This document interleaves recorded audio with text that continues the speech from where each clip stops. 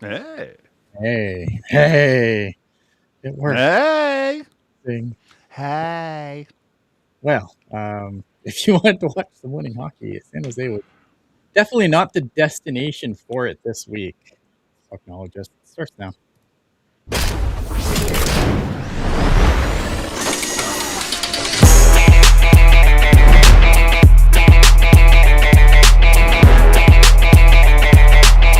Can't stop addicted to the shindig.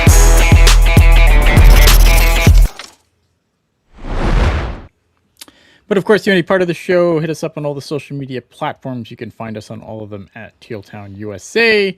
Hit the like button, subscribe, do the YouTube things, fire your coach. These are all options. You can do them all. It's fine. It's the Pucknologist. Fuck that guy. Fuck that guy. Oh man, what a mess. All right. Oh no, I lost AJ. What is going on tonight? We are just having a rough go here tonight. I don't know what's going on with EV, but like this is not good. This is bad. What am I going to say? I'm going to start by saying the Sharks did some stuff. Not very much of it was good. The Barracuda did some stuff. None of it was good. Nashville lost, so that's helpful, but I don't think. Here we go. Okay, There he what? is. That was so weird because like I'm looking at the feed on my phone and it's Right. like you were there but I wasn't, but on my screen I was there and you weren't. It's very bizarre and I was talking bizarre. the whole time. All right, try again. Go ahead. We're having a tough go tonight. It's fine. It's this feed brought to you by the San Jose Hockey. Yes, none of it good. The Sharks' current record is 33, 31, and 7. Good for 73 points, 8.514 points percentage. They are 6th in the Pacific. They are 4 points out of the second wild card with 2 games in hand on Nashville, Los Angeles, Winnipeg. 1 game in hand on Seattle. 7 points from 3rd in the division. And Vegas doing all they can to drop out. Although they did fire their coach, so maybe things will change. But they Oh no, what's going on? subtraction by addition? Maybe we'll see. I mean, we'll definitely get to it. God, I can't like. That Predators game was this week. Oh, I don't know. And they're gonna play those assholes. Don't they have to play them like 2 more times? Yeah.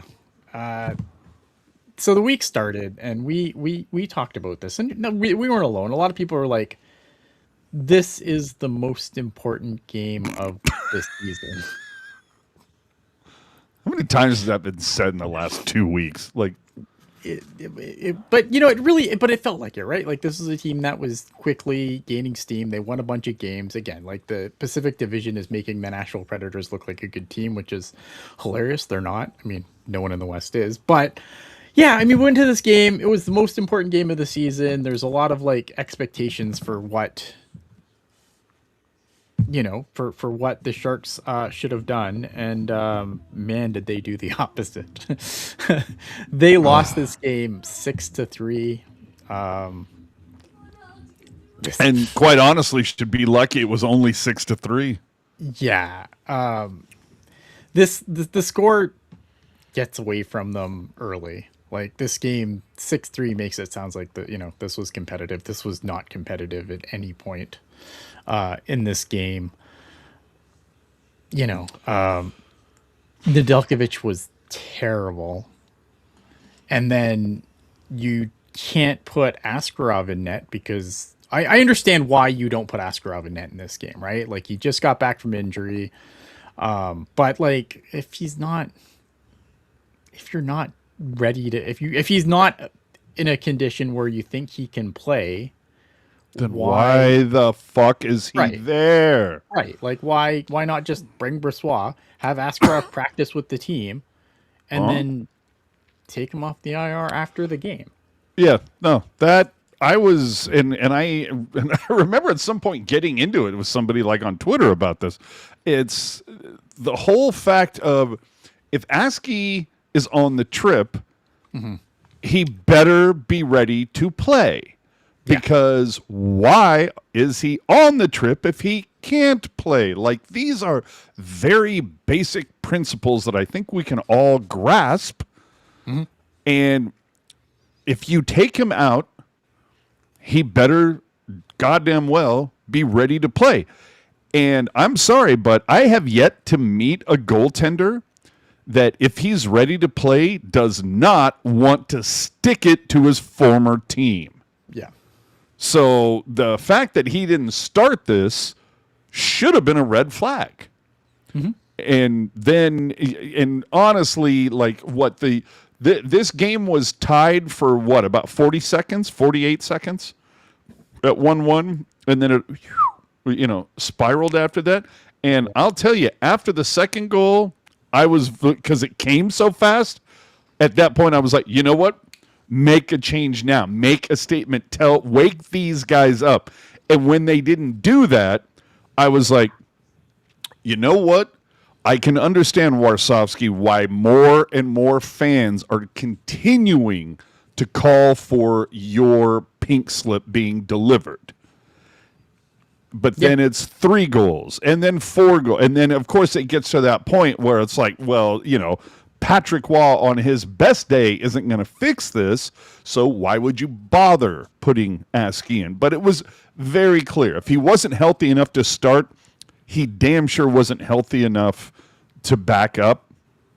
So it's very frustrating. But again, had he been healthy enough, if Warsofsky doesn't put him in after that second goal, I'm looking at Warsaw going, what are you doing, my dude?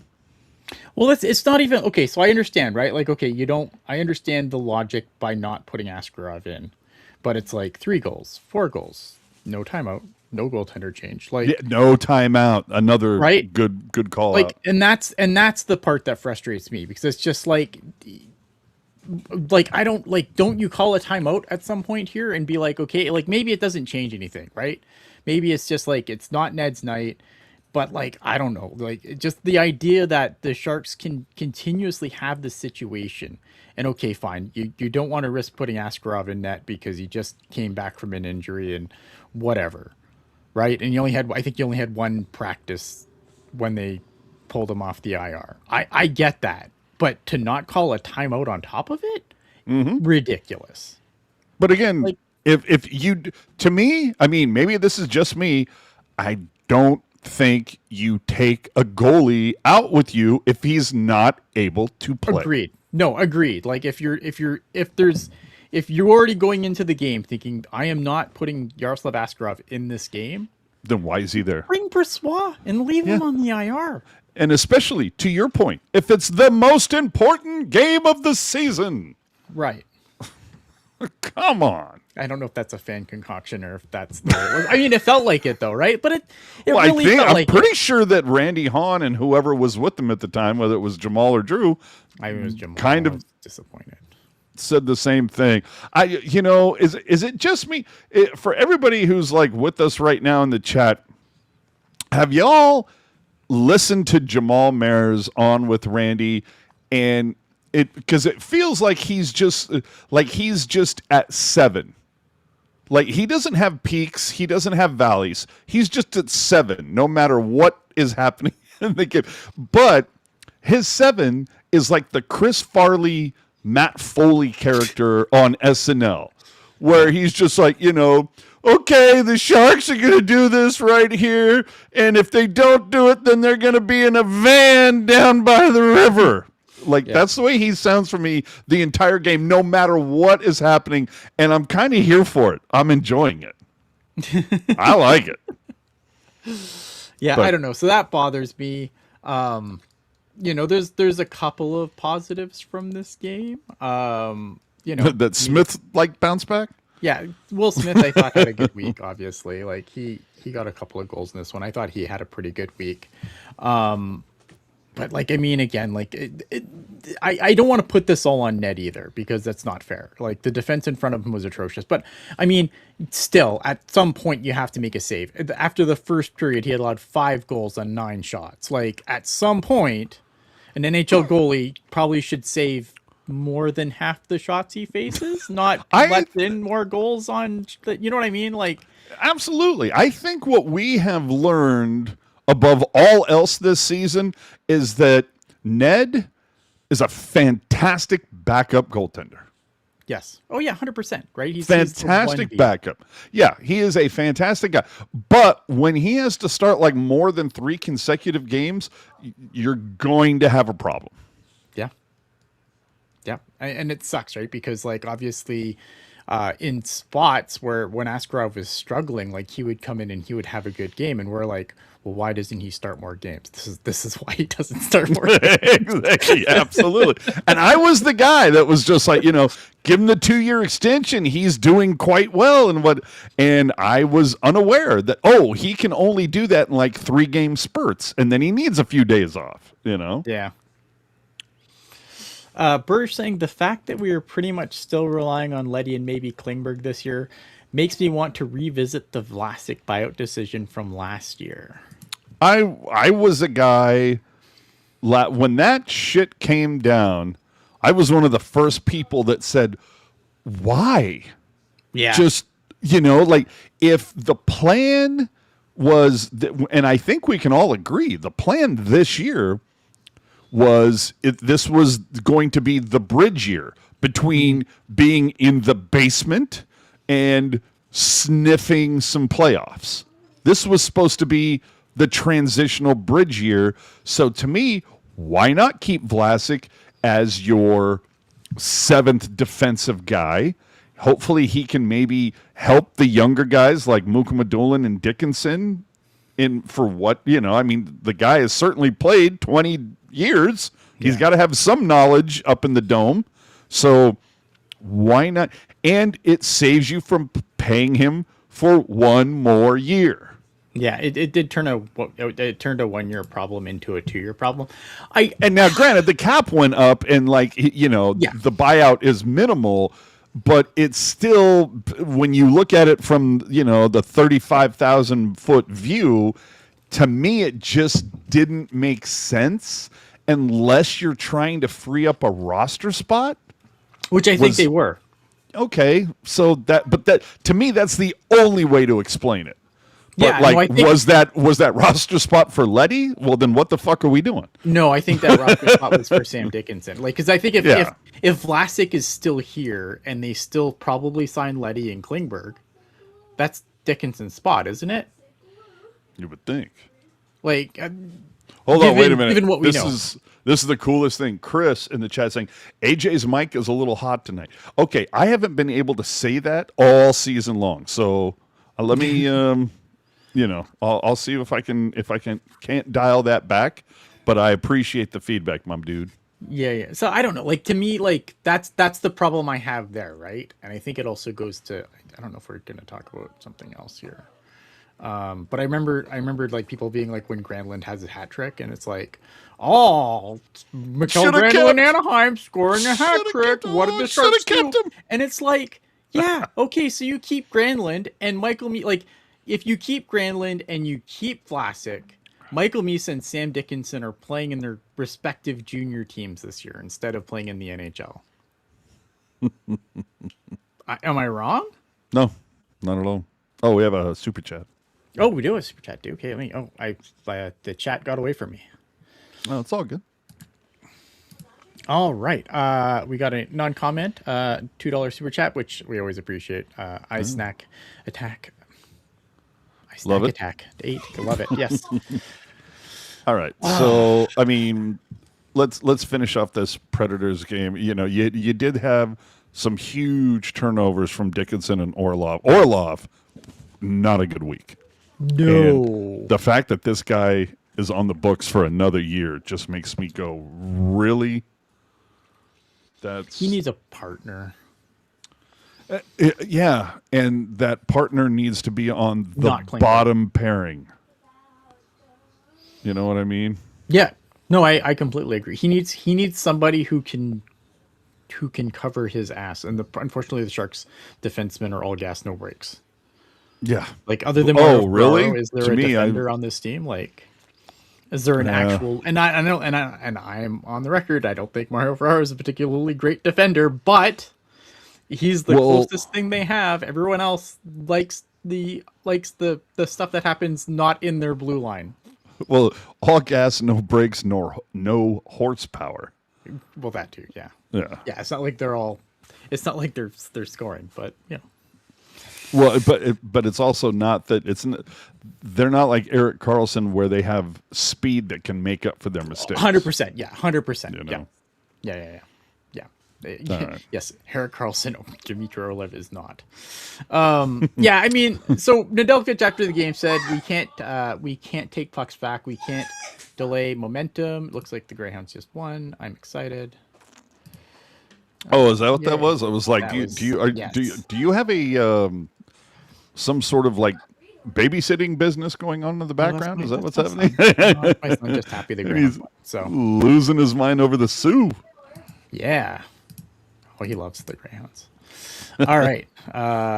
Just for those that don't know, the OHL playoffs are on right now. This is game 2 between the Sioux Greyhounds and the London Knights, and the Sioux Greyhounds are now up 2-0 coming back to the Sioux. So, and I'm going to be there for their next game. Good times. Nice. All right. Sorry about that distraction. Nedeljkovic said we can't take pucks back. We can't delay momentum, delay, and it just sets them up into their system and their structure, and they want to get in, and we're trying to figure out what we're trying to do. We've got guys on 5 different pages, and it's not winning hockey. I mean, 9 games into the year, and to your response to that was like, do you want to? Oh, I'm not gonna steal your thunder here. But your response to that was like, I can't hear you at all, by the way. oh, son of a bitch, what happened? I am good on my end. What the hell? What is... Oh, fuck.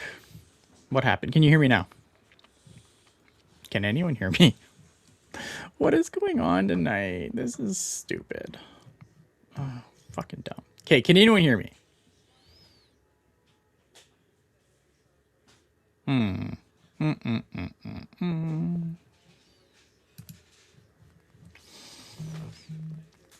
Oh, okay, you can hear me? Okay, perfect. Okay, awesome. This is gonna be for awesome audio. All right. Okay, so AJ couldn't hear me suddenly. I'm not sure what that was about.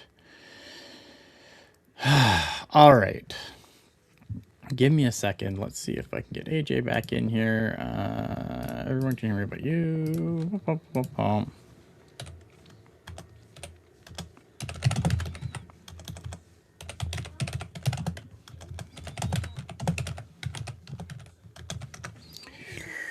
Okay, sorry about that.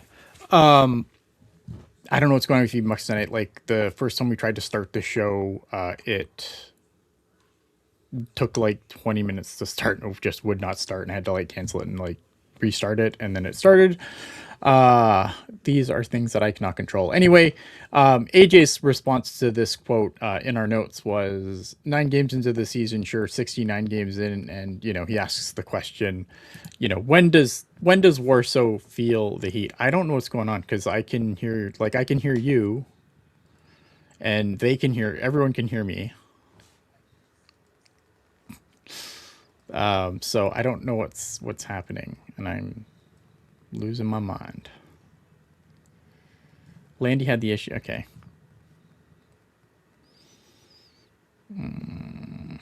It's weird. Because I can hear AJ fine. But anyway, I mean, this was just an awful game. This is going to be the worst podcast ever. I'm going to have to edit the shit out of the audio for this.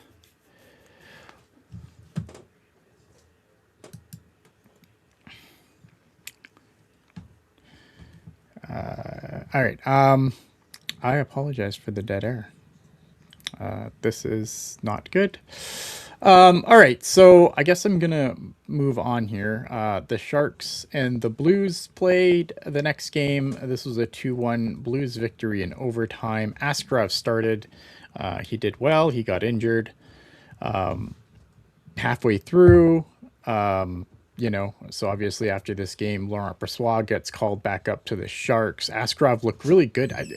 It's a shame because Askarov looked really, really good to start this game. He was calm. He didn't have happy feet. He made like 11 saves.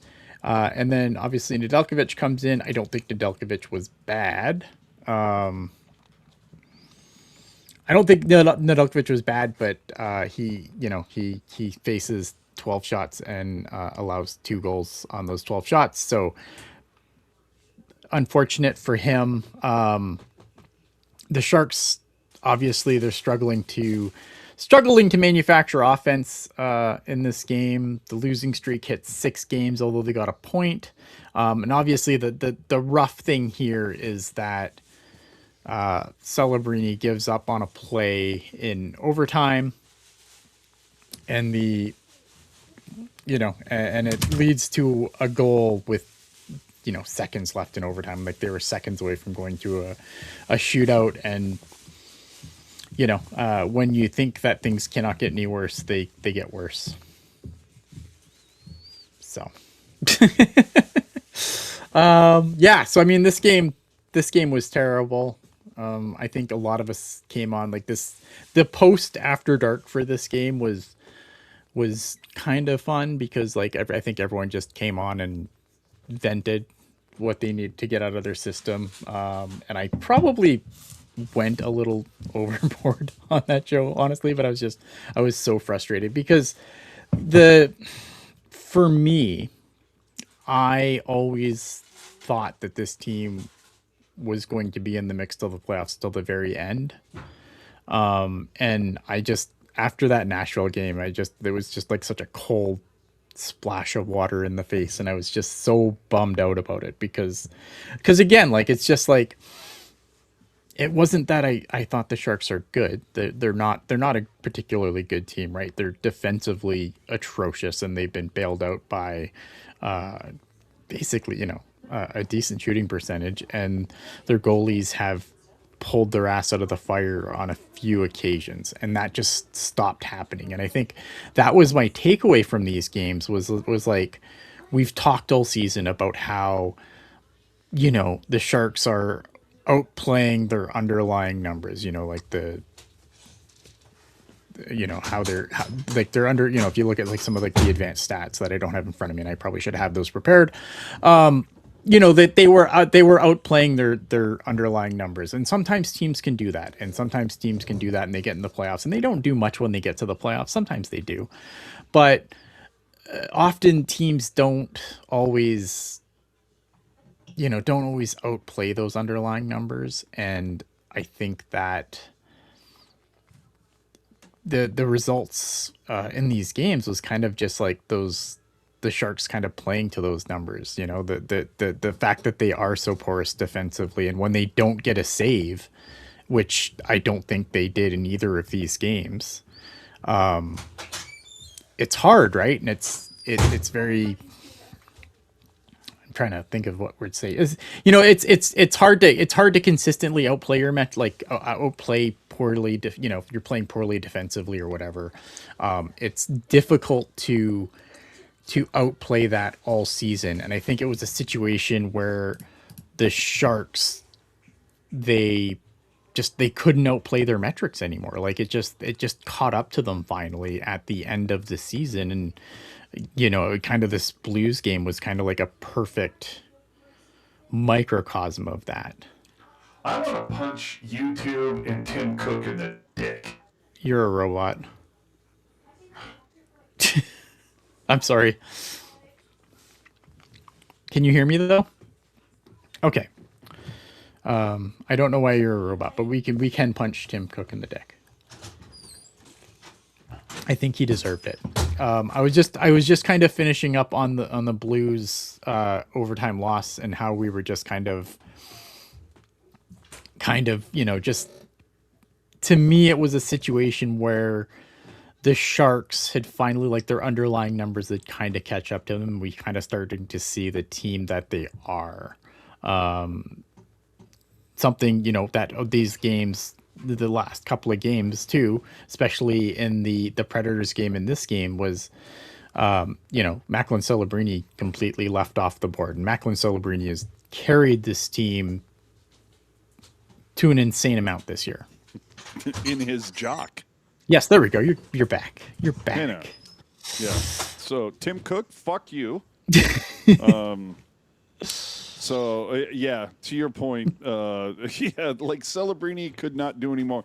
And it's still the thing that kind of pisses me off just a scotch is the fact that 5-game losing streak, I have a feeling will be what will be looked back on, and people go, that's when Celebrini lost the heart. Oh, probably, yeah.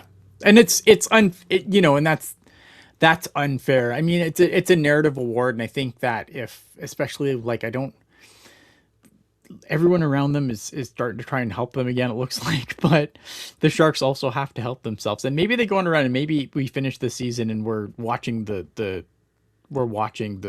standings until the very last day. But I hope so. That's what I want, because I was so deflated after this Blues game, man. I was done. Absolutely. Over this, since the Olympic break, and I know that a lot of people sit there and go, well, you look at all that hockey that Celebrini had to play in Italy and blah, blah, blah. And I'm like, you realize that there's like 19 other guys out there, right? Yeah. Like, he needs some help.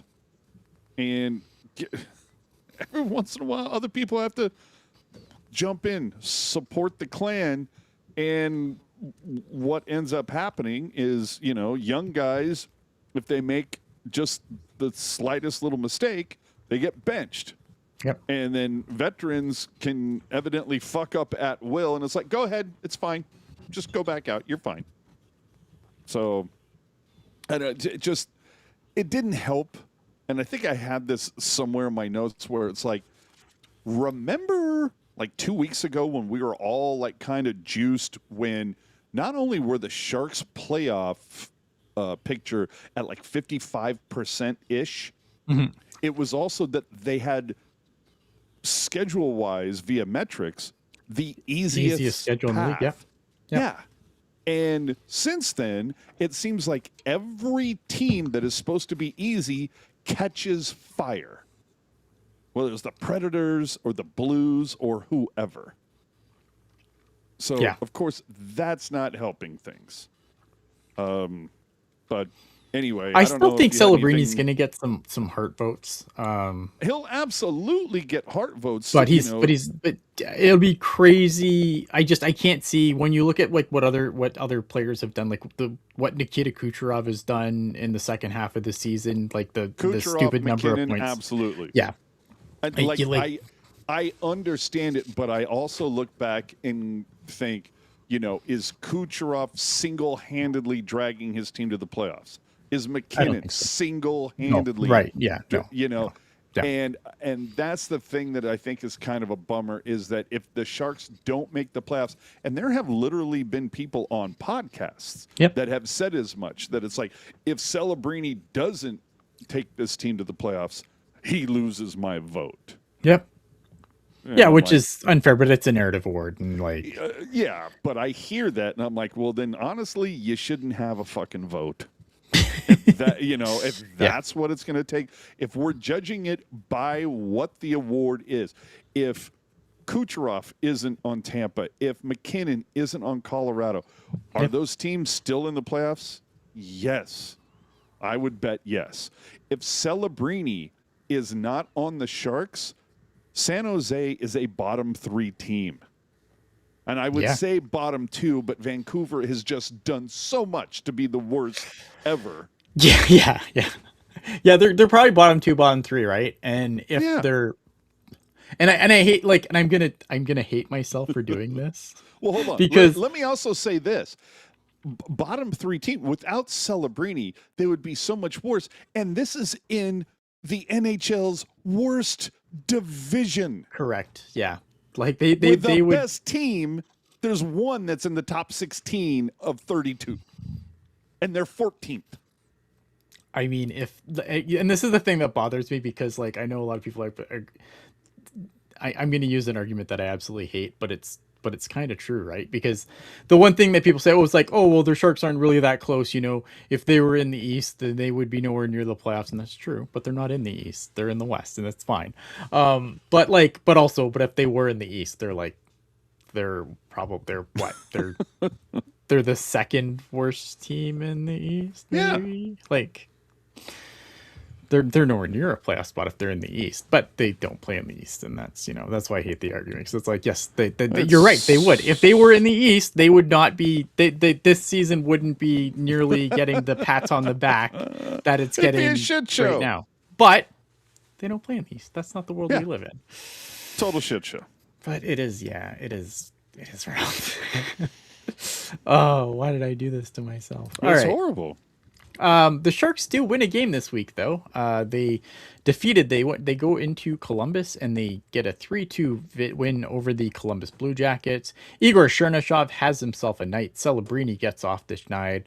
And this first line is just so much fun. And this game is a perfect example of why I have been chomping on the bit to get Chernyshov back healthy for one and back on this first line. Because I think it's just a great showing of why he's such a great fit on this line. I know people love Colin Graf. I love Colin Graf too. But I still think when this team's competitive, if he's on the first line, man, this fucked up. Well, I would say, like, after another year or so, don't we want to see Celebrini, Smith, and somebody? And your second line is, I mean, even on that top line, maybe perhaps McDavid. We don't know. But the second line, Misa and Chernyshov and somebody. Yeah. You know, perhaps Eklund. Or if Eklund doesn't get moved for the defensive piece that is so lacking on this team. But, but maybe it's Chernyshov, Misa, and Graf. Yeah. But either way, there is so obviously your top six. It's kind of making me go, if Toffoli sees another minute in the top six, what are we doing here? He's had a rough go this year. Yeah. He has. He's absolutely had a rough go, but doesn't he have like 2 more years here contractually along with Wenberg? So, okay, Toffoli, Wenberg, and somebody else as your third line? Sure. Yeah, I dig it. You want to run us through the trouble that people had watching this game? Because obviously I had no issues. Oh my God. Before we get into the game itself, yeah. Yeah, I don't know what in the world happened aside from the fact that NBCS Bay Area continues to show their ass. I don't know that this was a YouTube thing, but, people have YouTubeTV, so they're the ones that's going to catch hell. And I know there was something about YouTube blaming it on somebody instead of taking responsibility. YouTube said it's actually the league's fault. I was going to say, I don't think it was YouTube's fault. I think it was somebody either at the league or at NBCSN, because let's be honest, over the last 2 years, NBCSN has shown their ass a lot. But either way, fans missed the entire first period because, at least if you had YouTube TV, we have, for those of you unaware, here in the Bay Area, you have NBC Sports Bay Area, NBC Sports California, and then both of those channels also have what they call Plus. So what does that mean? Well, NBCSN Sports Bay Area, Yeah. when the Giants are on, but during that time of the year, like in April, when the Warriors are also playing at the same time, typically what will happen, the Giants will be on the normal channel. The Warriors will get bumped to NBC Bay Area Plus, despite the fact that the game that the Warriors are playing are much more important. But Correct. It's because the Giants have the bigger draw, and I think they might even have a financial stake in that regional sports network. But on the California side of it, it's the Athletics. In certain markets, the Sacramento Kings factor into it, and then the Sharks. And there was evidently a perfect storm yesterday where it was, and bizarrely enough, the Giants weren't involved, but I took a photo and you had like the Kings on California, the A's on California Plus, which makes sense because they don't play here anymore. Right. And then I'm not even sure what the hell, I guess it must have been Warriors on Bay Area, and then Bay Area Plus showed Sharks, which has never happened before. But either way, they totally botched it, blew the first period. The only saving grace was if you got on your computer and went to like NBCS Sports or whatever and logged in with your YouTube credentials, then you could stream it. But either way, they missed the first period. They missed 2 goals. Either way, this is going to I'm going to cover this later, but this idea of making it more difficult to watch games, what the fuck are we doing here? Yeah.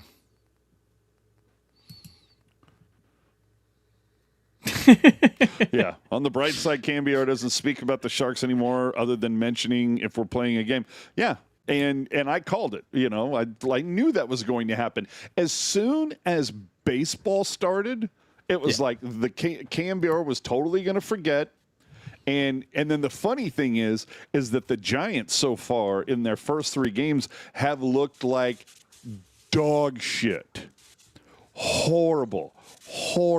So far, the Giants have played 3 games. They've scored 1 run. That's it. And so it's funny that, and if you look at KMBR's Twitter, like I think in the last 10 days, they've made 2 tweets that are Sharks related. And it was like, yeah, we knew it. Now, if the Sharks had like won all 3 games this week, they would have been glazing. They would have been cradling the sack the whole time. But because, you know, they did what they did and what, 1-1-1 or whatever. Yeah, it's just, yep, you get nothing. But anyway, they fucked it up. But, you know, all the paywalls, all the platforms, everything's going up in price. Yeah. And no one's even mentioned what this does to like sports bars that used to just need a few direct TV boxes. Now they need 18 subscriptions and a Roku and an Apple and a direct TV. It's like, are you kidding me? So don't bitch when the fans stop showing up to your arena and they really stop showing up in the ratings. Yeah, because that's the thing that like surprises me too. And it's not like, fortunately, it's not bad here. Like being a Sharks fan here, obviously, nothing here is in market unless they're playing in Toronto. Then there's a 50-50 chance I'll get to watch the game because I don't subscribe. I'm a cord cutter. I don't have cable. So if that game is on TSN, I have to subscribe to TSN for a month to watch that hockey Or you game. fly that flag. Or I just go into Discord and be like, someone stream the game for fuck's sakes. Yeah. And someone hooks me up. But like the first period, halfway through the first period, I was flying the pirate flag. Sure. Yeah. And I was watching the Columbus feed. Yeah. And that's what people are going to do, right? That's what I was watching too, unfortunately. And it's so frustrating because like, again, like I'm way more like, I understand it's way worse down there, obviously. Like I'm lucky. I'm a Sharks fan. If I was local, I mean, maybe I don't get the entire NHL package then, or the whole Sportsnet Super Plus to watch all the out of market games. But it's still like, if I was a normal person for this thing where I'm a Leafs fan, like you're paying for 2 subscriptions and Amazon, because other than Saturday night, like all those games are on big streaming services. I think there was, and we'll get to it in a little bit, but I think there was something that was posted this week that said if you're a New York Yankees fan, you literally need like 7 different subscriptions if you want to watch all 162 games. Yeah, and that's, to me, that has to stop, right? But if you think about it, 20 years ago, all you needed was cable TV, and you got to see every game. Yeah, it's dumb. It is stupid. Anyway, Will talk Smith- about Celebrini's puck not crossing the line. all the Celebrini, way. yes. Oh my god. Like when that happened. So in this game, Celebrini beats Elvis Merzlikins. The puck does not completely cross the line, and I'm at this point, I am like, this team is never going to win another game again. Like, that is how I felt at that point. I'm just like, this, like, he is absolutely snake bitten. I couldn't believe the number of people. I mean, I can but there's fucking a bunch of morons on Twitter. But I couldn't believe the number of people who are like, oh, that's a goal. I'm like, on what fucking planet was that a goal? Teal glasses. The teal glasses were super fucking strong, man. What are we talking about? I couldn't believe it. I'm just like, we know, like, this is like puck over glass. This is cut and dry, man. If you cannot see white between the puck and the red line, it's not a goal. Yeah. And I get it. It makes sense. Like if you think at it in terms of baseball, where it's like just this much needs to touch the strike zone and it's a strike. Yeah. Whereas, hockey don't play that way, where it's like, well, the majority of the puck was no. There has to be the tiniest little strip of white. It has to be all the way over. Okay. I'm just saying. Like, I don't know, man. I didn't think the Sharks, it was clearly, I mean, not even withstanding the fact that they won the game, it was obvious the best hockey they had played in 5 games. In a while, yeah. Yeah. And again, that's not to say that they didn't come out early with some of those games that they've lost during that 5-game streak, that they played well, and then they would just, like, for whatever reason, go to sleep for 10 seconds, and all of a sudden everything went sideways. This game against the Jackets, for whatever reason, it was like, no, we're going to be, like, mentally, like, paying attention all 60 minutes. Yeah. Obviously, so Celebrini finally gets on the board, just rips a pass on the power play. Beautiful. The game-winning goal, though, and I should have grabbed a clip of it. I didn't. I'm an idiot. But Will Smith's toe drag to draw the defenders before fucking passing to Chernyshov, like, mwah. I don't know, man. Like, I get why people get on Will Smith, because, like, there are definitely parts of his game where he does leave you wanting. But when he does shit like that, man, I don't know what to tell you. Dude, that felt like, if I was Will Smith, like, there was a little part of me that's like, don't tell me that the guy turned 21, like, 2 weeks ago? Don't tell me that there wasn't a part of him that was, like, on one hand, like, wanted to crack a beer, and on the other hand, just look at Warsofsky and go, yep. You want to talk about the post-game talk? Okay. So, suck down my liquid death here. The thing that I thought was kind of funny, because they were on a 5-game losing streak up into this, and Social posted the shot from the dressing room following the game, and you got Warsaw talking to the boys, like, hey, good job, men. I remember he used the word men like 18 times, despite their, a couple teenagers in the room, or almost teenagers. But good job, men. I thought he was singing like the theme song to 2.5 Men. And it's like, I don't know. It's just that clip. I wasn't sure. It just kind of had this vibe of, like, I don't know if this was, to, like, support this talking point of what, Warsaw hasn't lost the room. The boys still believe in him and love him type of a trip. It had that kind of a vibe to it. And I think some people could take that from it, because there has been so much chatter about Warsofsky and replacing him, and how much time is left on his deal. If I remember correctly, I do think it's one more year after this. One more season after this, yeah. Yeah. So it almost felt like, the boys still believe and blah, blah, blah. And I was just, okay, but do you want a coach that, the guys love, or do you want a coach that gets shit done? And, you know, a lot of guys love T-Mac and DeBoer, but, you know, everybody wears out their shit at some point.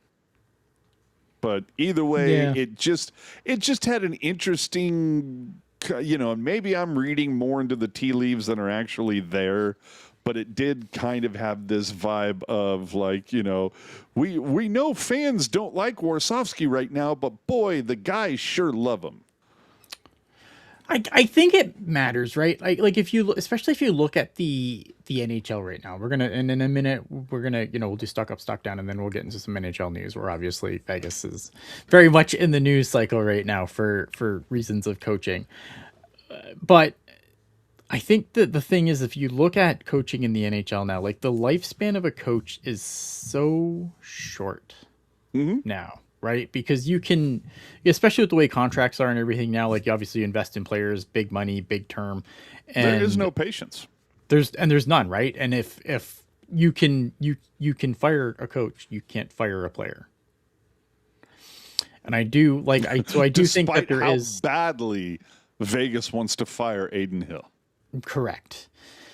So I think like there is something to be said for, especially like, the game has changed and the players have changed significantly. And I think there is something to be said for like, I do think like it's harder to get the reason why you're seeing guys like Bruce Cassidy, which we're going to get to, John Tortorella, some of these harder ass coaches is the reason they can't hold things down anymore is because they just, the players aren't, they've changed and they respond to it. They'll respond to it for a little bit of time, but then it's over. Mm-hmm. And then when that happens, what are they going to do? They're not going to trade, their star player away who they've signed for 8 years or 7 years or whatever. The coach is going to go. Of course. Yeah. And there was somebody in what was it, Isaac said Warsaw was so ready to glaze Letty last game. Yeah. And that was true because he did, like, there was a part of the video where Warsaw was like, Letty, blah, blah, lead man, blah, blah, blah, blah, blah. And I was like, oh man, I would love to have been there, 3 games earlier. The locker room. Letty, the fuck are you doing over there? And I get it, everything, it's always raise the roof and rah, rah, rah. I get it. You don't want to bring guys down. You don't want to have guys coming in going, oh my God, what am I going to get screamed about for today? Yeah. Thank you, Rob, for the super chat, by the way. Yes. Welcome to Cap Hell Vegas. It's going to get worse. We'll circle back. We're going to do stock up, stock down. Then we'll circle back to this Vegas thing. But, I don't know. It just felt like an odd video, and there was definitely a few people that were kind of like giving it the horse eye, going, was this some sort of like, I don't know, just it's not Warsaw's fault kind of a video, like it almost felt like there are a few people who were like, is this propaganda? Is it probably propaganda? I would not put a propaganda video. I mean, I don't trust anything any team puts out anymore because it's all fucking state media at this point. Like, Yeah. Go listen to any opposing broadcast. Like, it's all state media, man. Like, no one wants what's what. They just want to be told what they want to hear. Yeah. In so reality, just in life in general, and not to completely veer off course here, but that's fucking reality now, man. People do not want to hear anything that remotely challenges their worldview. Well, and that's the whole thing is I'm not, I'm not calling out the Sharks. Like, you're the only ones doing this. Oh, no. This is all sports, all teams. This is and I mean, Remenda told us this during an interview with him, I don't even know how long ago, where it's like teams, if you are getting a paycheck from the team or you're part of their sports network or whatever, they expect you to pump the tires. Now, granted, like, you have to be critical if you want any type of credibility. You have to be able to call a spade, for lack of a better term. Yeah. Because if you don't, then it looks patronizing. But, of course, you're not going to dwell on things. But the problem is sometimes I feel like that it's when somebody does something like that is a very what the hell are you doing? Like a couple of games ago, we remember that play where where Dickinson is at arm's reach from his goaltender and is sitting there with the puck and literally looks like a deer in the headlights. You know, I think Remenda was on that, and Remenda kind of he goes, you know, well, you know, Dickinson probably needs to make a decision a little faster. And I'm like, Remenda 5-10 years ago is going, Dickinson, what the hell are you doing, man? Get rid of it. What the fuck are you waiting for? An engraved invitation? So, like, you know, the analysis is a little lighter. You know, bit more praise. That part I kind of. But then again, you know, the newer fans, they're gonna think that's that's the norm, right? But either way, I understand it. But it does get to the point sometimes where, like, we all have to be kind of like, we all saw the same thing. And so when you sugarcoat it comes off disingenuous and kind of dishonest. Yeah, and I do want to John's credit, because I do agree Columbus's broadcast was remarkably informative in Pro Sharks yesterday. Columbus is like one of talk enough about how many Sharks fans were there and the impact of Celebrini to the NHL. I think that there are some broadcasts that are that I think are very, very good. And Columbus is top tier in my opinion. I think I think Columbus has a top tier broadcast, and they do a good job of informing about the opponent and not just pumping the home team's tires nonstop. They are one of the better broadcasts. Is Jody Shelley still a part of that? The pre-post? I don't remember. Thought he was. Raul asking if his super chats went through. I haven't seen it. That's not to say that you can't send them again. Yeah, let me see here. I'm only seeing the two. Yeah, so Raul, I think maybe the problem is that they weren't large enough. So maybe you know. I'm good. And I just looked on Venmo. Nothing came through on Venmo. Yeah, so. I'm not seeing anything. I do apologize. I don't know what the issue is. We gonna get to anything else, or what are we doing? No, let's get to stock up, stock down. We do the injury updates. Obviously, Askarov back to day, not good. Title Andrea sounds like he's close, but he's been. I feel like close for a month. Close for a month, so we'll see. You know, but given some of the. Well, look, Thomas in the chat. Drew was almost fighting with Hoshida about the Columbus game. He disagreed, saying the first period was really bad. And Hoshida took it personally. It was fun. See, I didn't see that. Maybe I need to start watching intermissions or pre and post again. I really haven't been able to enjoy that since Brody's no longer a part of it. Yeah, and I didn't get the Sharks feed for that game. I got the Columbus feed, so I can't. And it's all, I can't speak to it, and subjective. I don't watch Ishida anyway. Oh, and a Rhythm Hunter in the chat saying, yes, Columbus broadcasters sure like saying Celebrini a lot. So, yeah. Hey, John Swenson coming through. $5 super chat from John Swenson. Fire Berube, not Cassidy. Yeah. Oh, and Lacey saying, yeah, I missed that. But, yeah, Team Drew, Hoshida's awful. I mean, that seems to be the overwhelming opinion, but it is what it is. Dude needs reps. What are you gonna do? Yeah. All right. So stock up. I mean, I think we're both gonna be pretty similar here. I mean, it's not like there was a lot of choices. No. I'm gonna go again. I never say Macklin Celebrini because Macklin Celebrini is always stock up in my books. Like, this whole team is stock up and Celebrini are synonyms. Right. Like, he's always stock up, and he'd have to do something incredibly awful for me to just take him away from perpetual stock up. He's the only reason this team is good. That being said, it was nice to see him get back on the score sheet again, and I thought he had a really good game against Columbus. Will Smith, obviously. We got on Will Smith's case a little bit last show. And look, I think again, like he's a guy who I can understand why there's aspects of his game that absolutely frustrate me, but I fucking love this kid. All right. I see right here. Let me see. It's Raul 1022. Okay, Venmo went through. Yes, it did. I see it right here. And that is coming from Mitya Reznikov, who usually is on a different handle, so I'm not understanding why. Yeah, I don't know what. Super appreciate the $20 Venmo. That's super generous. Thank you. Yes, thank you. And we always appreciate Venmo, of course, above all else, because that way Google doesn't take like 40% of it. Correct. But Mitya asking, did we talk about how we can improve defense next year? I mean, I feel like it.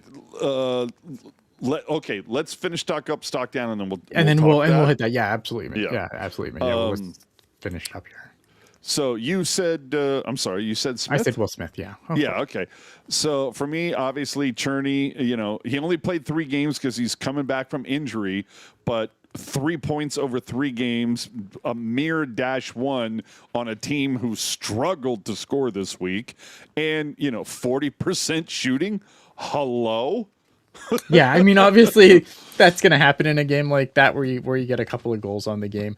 The thing that I love the most about Igor Chernyshov is his ability to protect the puck, and that is why they need to keep him on this line with Celebrini and Smith. Celebrini is also very good at protecting the puck, yes. but Chernyshov is a big guy who can get down low and hold the puck, and then when he not only protects the puck but he moves the puck very well, which gives it an option to. You don't want Celebrini can go get in the corners and dig out a puck, and I think if you watched, I think it was the Columbus game or the Blues game, and this wasn't me saying this, it was Shang that tweeted this out, and he's like, this whole Celebrini is wiped out thing is just nonsense. When he just went in there and out battled bigger Charlie Coyle for the puck, It was Brody, and then Sheng retweeted it. Okay. Yeah, it was basically Brody saying watch this shift of Celebrini, and then Sheng was like, this puts to death any of this Celebrini is gassed bullshit. Right. But yeah, and I completely agree. Right. So he can go in the corners, but I think if you have Chernyshov going in, I would rather Igor Chernyshov going in and getting out that puck and then giving that puck to Macklin Celebrini in front of the net, so he can either pass it to Smith or put it in the net himself, right? Not that Chernyshov doesn't have a shot, but Chernyshov is a man. He is. I know he's young, but he's a fucking man out there, and so that's why I think he's so good on that line. And I'll be pissed if they send him back down before the season's end, even though the Barracuda fucking could use him right now. Holy shit! The only reason to send Cherney down at this point is if the Sharks are eliminated, and it's only to help the CUDA. That's the only reason. Yep. Yeah. So I think that's why I love him, and that's why I think when this thing's cooking, man. And that's the only reason that makes sense. And he's and I do hear oh, he could do that with Misa too. He could do that with Michael Misa, but I think if he can do that with Macklin Celebrini, that's better. I love Michael Misa. Don't get me wrong. I love Michael Misa, but I just think we should be doing everything we can to accentuate Celebrini, because Celebrini is the engine. And so look at Misa's going to get there because he's also a very, very, very good player. Well, and John asking right now, who can you send down if the Sharks get eliminated? Igor Chernyshov. That's pretty much it at this point, right? Because there's no one really on that team, or I can't think of anyone who's been called up from the Barracuda at this point, other than Chernyshov, who wasn't there. Who was on the Barracuda at the trade deadline? I think Chernyshov. That's it. Yeah. So, all right. So Smith, it's very quick stock up, stock down, or I should say stock up, Smith, Chernyshov. Stock down. I said it before. I'm going to reiterate. I'm going to give the Sharks overall, the franchise, a little bit of a stock down for taking Askarov on that first game when he clearly wasn't ready to go. I don't know why you do that. Even Drew and Randy were saying that at some point, I don't, at that point, I think by the time they mentioned it, pretty sure the game was out of hand. Like it was 4-1 and it was like, 5 seconds away from being 5-1 or whatever it was. The Sharks were getting They stuffed could into send the Nick locker. Letty down. Yes, sorry. They could send Nick Letty down. Yeah, okay, because Yeah. why not? No, they can't send Misa down because Misa was, again, sorry, just to clarify, if he wasn't on the Barracuda roster at the trade deadline, he is ineligible for the playoffs on the Barracuda. So Michael Misa is not eligible for the Barracuda playoff push. There you go. So anyway, having ASCII in that position, and even Drew and Randy are saying, yeah, you're not going to bring ASCII in, because, and I think they might have even said the same thing I was saying an hour before they said it, where it was like, if ASCII was good enough to go, he would have started. So, the Sharks for doing that, especially when what we were told was the most important game of the season. To do that, to me, is, like a fireable offense. Like that's reckless behavior. What the fuck are you doing? I don't know if that's a Warsaw call, if that's Mike Greer, if it's somebody else, but to do that when, to do that and the Sharks are like eliminated, or it's 3 games into the season, fine. But for that to happen during the most important game of the season, and you do that, no, you're going to get stocked down for that. It doesn't make a lot of sense. Sorry, guys. Yeah, and I'm going to echo that because, like, again, I think going back to that Predators game, like, that was just, there was a moment that needed to be stepped up to, and they not only did not step up to the moment, they turned around and ran away from the moment as quickly as humanly possible. Oh, like that girl you didn't want to date. All right. Anything else for Stockdown? No, I mean, everything's bad. Like, this week was atrocious. We could call be him out. here all night fucking All right, stockdowning people. All right, go. I'm going to do it. Dmitry Orlov, dude. 5 games. Yeah, okay, you had 2 points, both of them on the power play, so you needed some help. You were at -9 during that. You had one of the worst turnovers in the who was that again? The Preds. Like, oh my God, that was horrible. Like you saw what Dickinson did, and you're like, I hold my beer. I can do hold my worse. beer. I got you. Yeah. Yeah. So, Okay. Let's get to the question from Mitya, excuse me, and about the defense. I mean, I've said this a couple times on social media. If anybody is on this team, I could give a shit about the contracts. If any Shark is on this team next year on the blue line, aside from Ferraro, Mukumadulin, and Dickinson, and Dickinson is really the only one that I'm kind of like, I'll be pissed. But anybody aside from those 3, if they're still here next year, what are we doing? Dickinson's going to be here. Yeah, of course. But my point being is that if anybody else aside from those 3 is still here next year, and the whole thing is playoffs are the focus, what are you doing? Yeah, it's going to be hard to fix, right? Because and there isn't a lot to shop for this offseason defensively. Right. And I think the one thing you're going to have to the one thing Sharks fans are going to have to accept is that unless Eklund Adam is getting moved for defense. Well, maybe.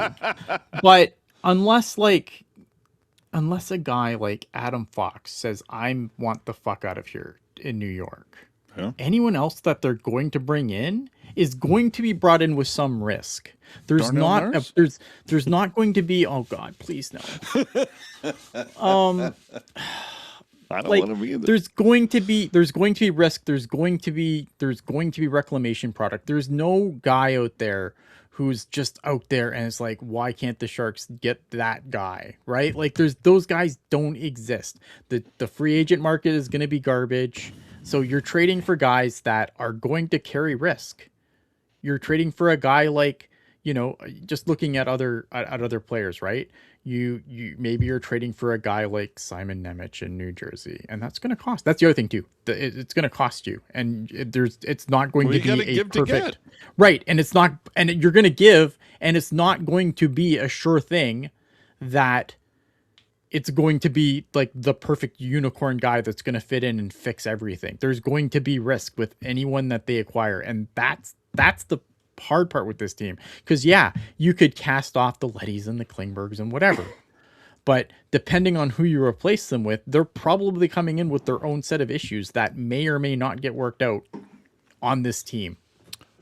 I'm just going to say now, it's going to be so much fun to watch the next 3 NHL drafts and the Sharks set a record for most consecutive picks of taking defensive players. It's going to be nothing but defensemen. I don't think that's I don't know. Here's the problem with that though, right?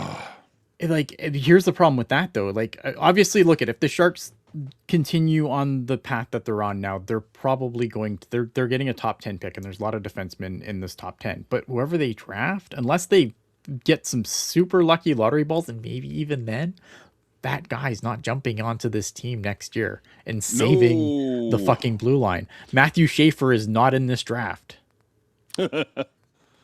It's, I mean, like you're like, they're going to get a good player, right? Longer, like, how long does it take for defensemen to marinate? Look at Muka Madulin right now. Yeah. I think, I don't know. I'm so over Muka Madulin. I know I'm, I don't want to say I'm in the minority. Should we try to get Erik Karlsson? No. We don't need that. No, but I think like that is really when all of this shit show began. I'm just saying. Yeah, we don't want that. I know it's not like, I'm sorry, man. I know this is not a great answer because I don't have one. Like, there's no obvious, like, we're going to go and get this guy and that guy. Like, there's but there is, what his name is? Eric Polkamp. Yes. Okay. So Eric Polkamp is going to come in. He's probably going to go right to the NHL. He's already 22. I can't imagine, like, maybe he has to get like a little time on the Barracuda. If Eric Polkamp comes in this year, and obviously that's something that we're going to have to wait and see. Like, I do think like that would help the blue line, right? And it's also in Port Solution. It's also a guy who's should be further along in his development because of his age. He's not an 18-year-old player that they just drafted. He's 20. You're right. He's 22.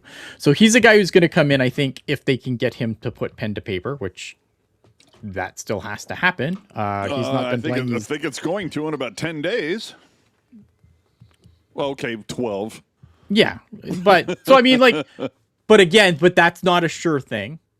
But if he comes in, that's great. I think and after he is done playing, regardless of what Denver does, the Sharks should move heaven and earth to get him pen to paper. Yeah, absolutely. And I saw somebody posting about like getting Polkamp to sign an ATO.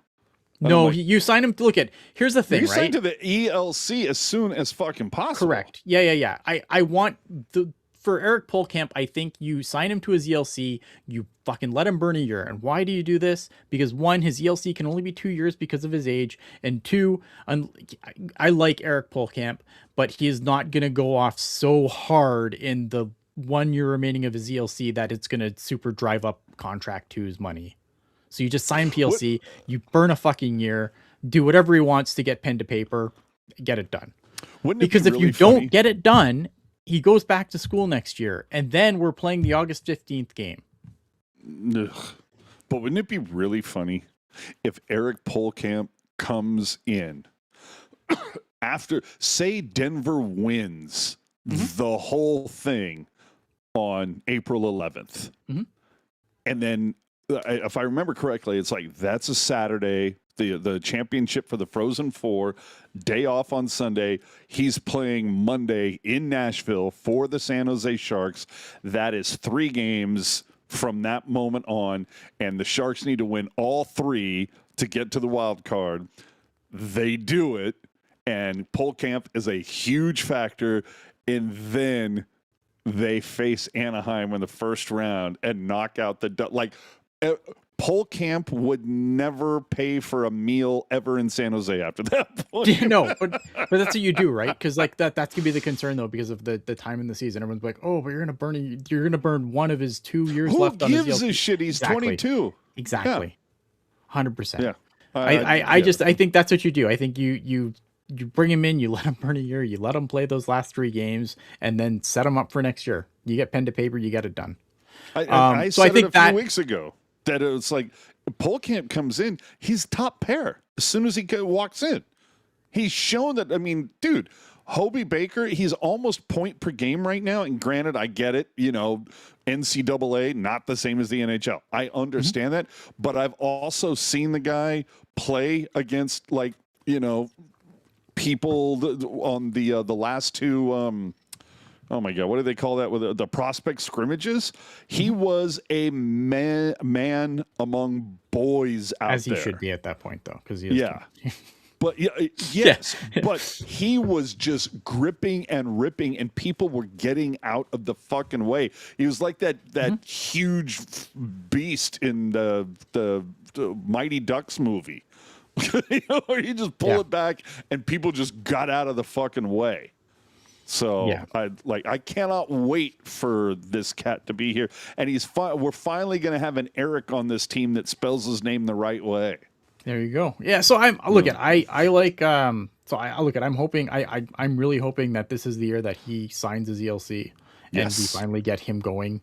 That would obviously help. I think do I think that he is going to single-handedly save the blue line? No, but I think he's going to be a really good middle pair guy. Oh, I think he's going to be amazing. Right. Can't so wait. I've been driving that bus for 2.5 years. So do I have a Polkamp jersey already? No, because I don't have any Denver University jerseys, and I don't know what number he will wear for the Sharks. But anyway. So I think getting Polkamp on the team next year is going to help the defense. But I do think that they're going to have to go and they're going to have to go swimming for a reclamation project and hope that it pans out, because there's no Cale Makar is not coming to San Jose next year to save the defense, right? Unless the only guy who's in that upper stratosphere of defensemen where it's maybe you can do something is if Adam Fox says, get me the fuck out of here. But then he has to want to come here, and you're going to have to pay him. Yeah. Right. And so he's a guy who I think would help. I'm seeing in the chat that Polkamp wore 48 in camp. Oh, I got a lot of 48 jerseys that I can redo. Let me let you know. Right. So I do think it's going to be, you're going to have to bring in guys that aren't going to that are going to kind of make you go, I guess. And and hope that it works. That's where we are now. Free agency's over. And teams aren't lining up to trade first pair defensemen. But who perhaps there is a particular player or two who we don't know that the Sharks are eyeballing that aren't going to be available this summer, but will be available next summer, that perhaps is on a team next year that is on the down slope, that does want to get something around the deadline. You know what I'm saying? Yeah. Oh, I'm not saying it's impossible. I'm just saying that there's no obvious work solutions. to do. There's a lot of work to do, and there's no obvious solution that's going to be this guy's going to come in and he's going to save the Sharks defense. Yeah. I hope that helps your I hope that answers the question. I know it's not a great answer, but it's the answer, unfortunately. Yeah. There's just I don't know. It's tough.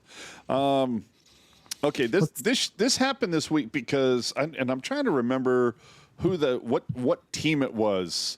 I think it was Nashville, But one of the teams I noticed was played that Baby Shark song right after the right after the Predators had scored. It clearly as a troll move. And that's like it popped into my head. I'm like, what if, because and I know that the goal song this year has been a huge point of contention among Sharks fans because it's like, oh, it's AI slop. I don't understand this. Nobody knows when the hell they're supposed to participate. It's on the screen. I was there. I was there in the building. I watched the screen. I knew when to participate. But it's to be fair, it does like 4 bars, and at the end of the 4th bar, it goes, hey, hey. And then it does another 4 bars, and at the end of that 4th bar, it just does 1 hey. And then the next 4 bars, at the end of the 4th bar, it does 2 hey. So it's like inconsistent. But Yes. my point being, nobody knows what that fucking song is, right? The only people that have ever heard that has been people that are at a Sharks game.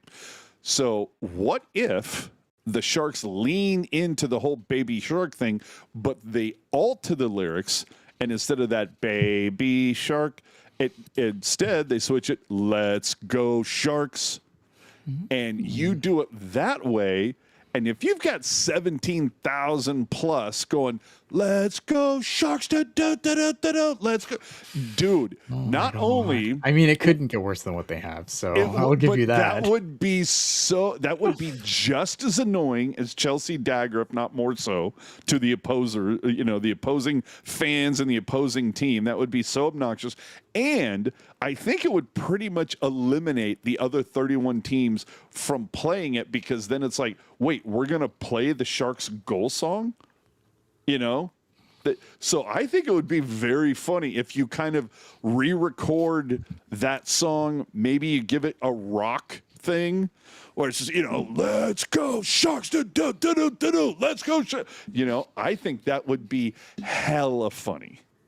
I think that would be amazing, and it would be, you talk about killing 5 birds with 1 stone. My God, dude. I don't think the goal song could get any worse. I mean, wait a minute. It's an interesting idea. But Kill Switch and Gade's like, that sounds like a gay ass idea, bro. So what's wrong with being gay? Who gives a shit? If I'm not death metal. I'm not. No, we're not talking like that. But it's just like, let's go Sharks. It would be so annoying to the opposing fans and the opposing team to hear when they get scored on, 17,000 people going, that would be hysterical. Rock and Roll Part 2 is never coming back. Never coming back. I wish back. it was. And I am a proponent. I've said this before. You can invert those chords and make something that would sound similar but not be the same. But whatever. I love it. I don't love it. And I like Thomas here. He says, yeah, it's the bully theory. You joke about your pimple before the bully does, then the bully is, isn't going to do it. That could work. And we know the Tank would be loud as fuck singing that. They absolutely would have been. Yeah. I mean, I guess. And look, Marty is saying, AJ, you've sang it twice already, and I'm already annoyed by it. See? There you go. Mission accomplished, my brother. John asking here, just going back to the defenseman quick, can the Sharks outspend for a free agent right shot defenseman? Do you know the top free agents are on the board? Let me run through them for you. I mean, go look through that, but Polkamp is a righty, is he? Yeah, he's Isn't he? righty. Yeah. So that already feels. I don't know. Good. I don't know if these are right shots or left shots, but like this is the Let's go Shark. this is this is just on Puckpedia quick. Some of the top defensive USA prospects on the board. Jacob Trouba. This is gonna be bad. John, that 32-year-old Jacob Trouba. Who, I don't know if they're left or right shots. But if I remember correctly, Trouba was already brought up as being somebody that the Sharks could go after. 36-year-old John Carlson. 30 years. I don't know shots, but I'm just in general just to kind of illustrate how brutal. I'm just this going to free go agent out on a market is. limb right now and say Sharks fans, by and large, are kind of still soured on the name Carlson. But go ahead. Jamie Alexiak, Rasmus Anderson is Rasmus Anderson would interest me on the free agent market. Yes. Connor Murphy, Nick Jensen, Nick Leddy. Bring back Nick Leddy, who's a left shot, obviously. Eric Goodbranson. A lot of talk John about Klingberg. Radish. Fuck off, Klingberg. A lot of talk about Radish. Yeah, like it's just the free agent market is just not good. Wait, hold on. I need to address Alexander here in the chat. AJ, Sure. are you trying to grow a 90s John Smoltz goatee? I've had this goatee for since I've been doing this podcast for a decade. Where the fuck have you been? Oh my goodness. Oh, wait a minute. Hold on. You should write it on guitar and play it on the show to get it going. Fair point. Hold on. Go ahead. Keep Okay, talking. here we go. Keep, All right. keep finding more defensive things. Oh my god. What have we started? Yeah, so I'm just that's just kind of looking at like the defensive, just the top tier of what's available in the defense. It's not good. Like it is not good. So it is probably going to have to be on a trade. This show's fucking off the rails, man. Okay. All right, I got it. Are you ready? Well, I've already. I just had to figure out what the chords were really quickly. Yeah. So it's it's like.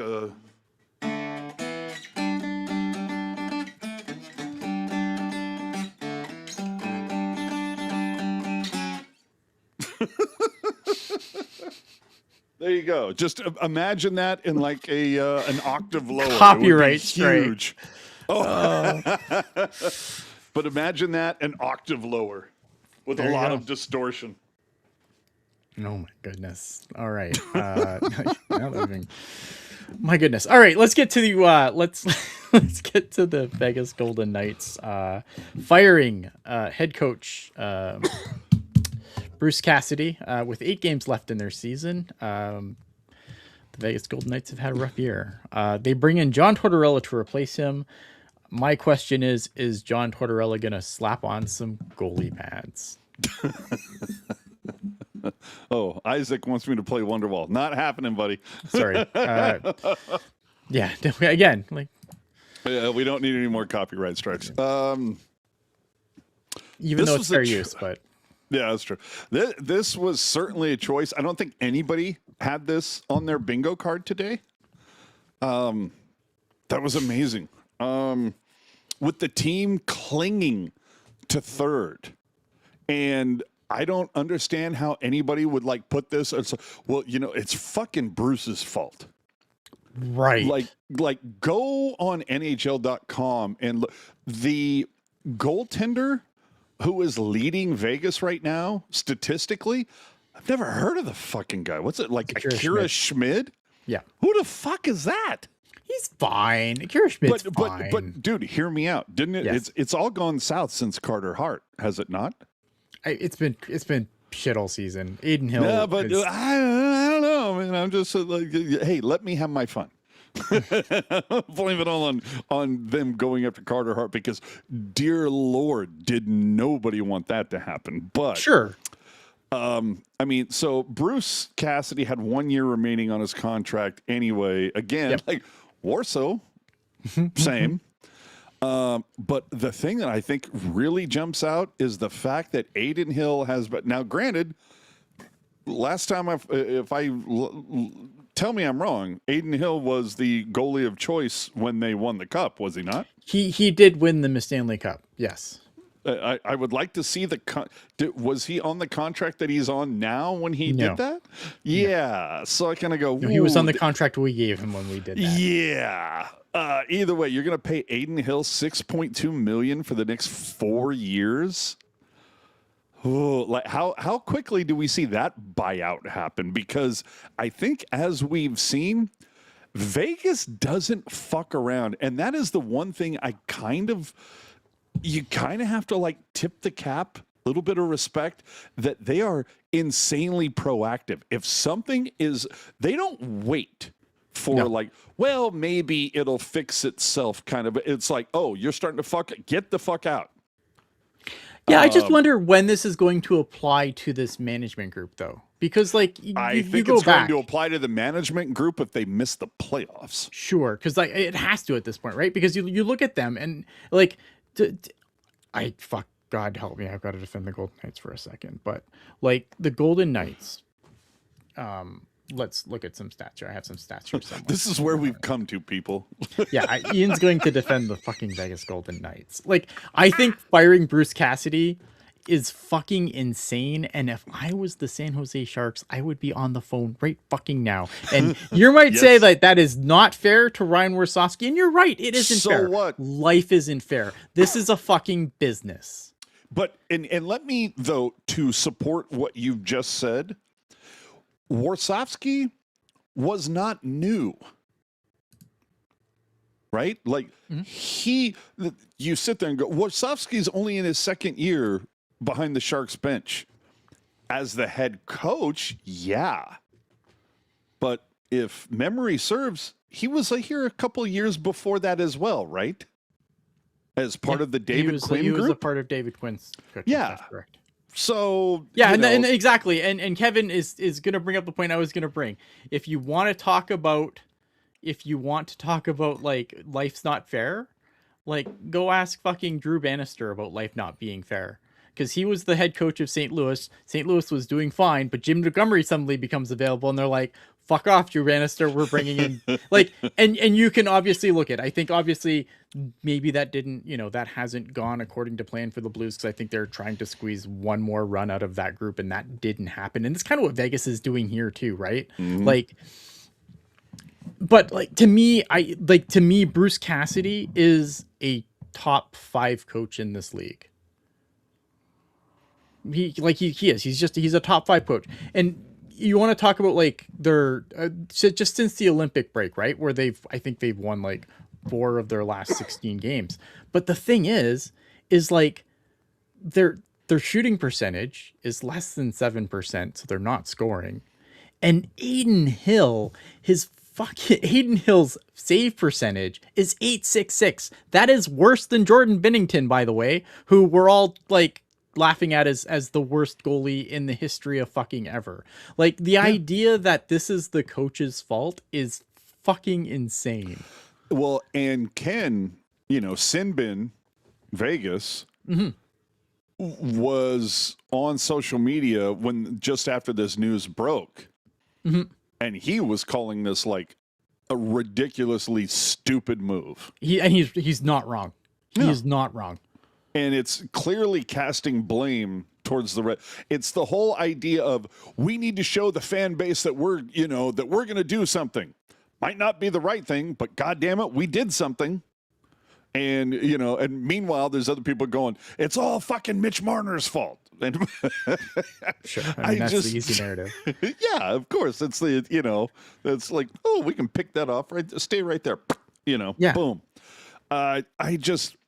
To me, the 35,000 foot view on this is I'm just sitting here giddy as a Japanese schoolgirl in a Hello Kitty store, because I'm sitting here going, you know what? The bill is finally coming due. Like I don't think it has, because again, I think it will, because I don't think Torts is the guy for this situation. I think it's only going to get worse, because Torts, I feel like maybe he's a guy that you install when you're on the precipice of going forward. Like maybe he's the guy that gets you over that speed hump. He is not the guy to rescue a ship that is, going downhill. He's not that guy for that. So I do think, like, I do think, but here's the other thing too that I forgot to mention. Like, this is a team that does not allow very many shots on goal, and their goaltending is just completely. It's just that they let them all in. Right. That's exactly it. Like it's like it's not even like it's a system thing where it's like, oh well, the goaltending's bad because the defense is bad. The defense is not good. Like it's not and it's not as good as it once was, obviously. Like injuries and other issues have caught up to this team a little bit. But that being said though, this team is still a team that allows the fewest, like among the fewest shots in the league. Yeah. And Well, they for now. can't get a fucking save. Oh, they will. John Tortorella is going to come in and the one thing that John Tortorella, I will give John Tortorella credit, like he runs a good defensive system. Mm-hmm. And clearly what the team could severely use, but a good defensive system is not going to unlock Mitch Marner.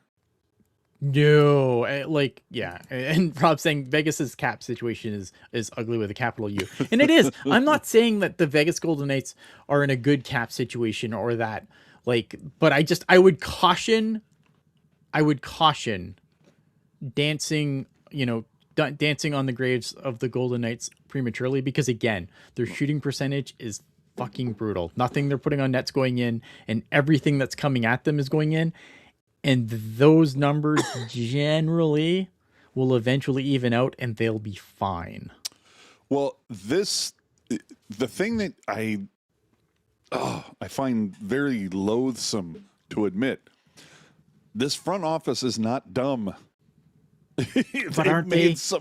They've made some pretty smart choices up to this point, but the bill always comes due. There's a reason why there is a phrase called "you have to pay the piper."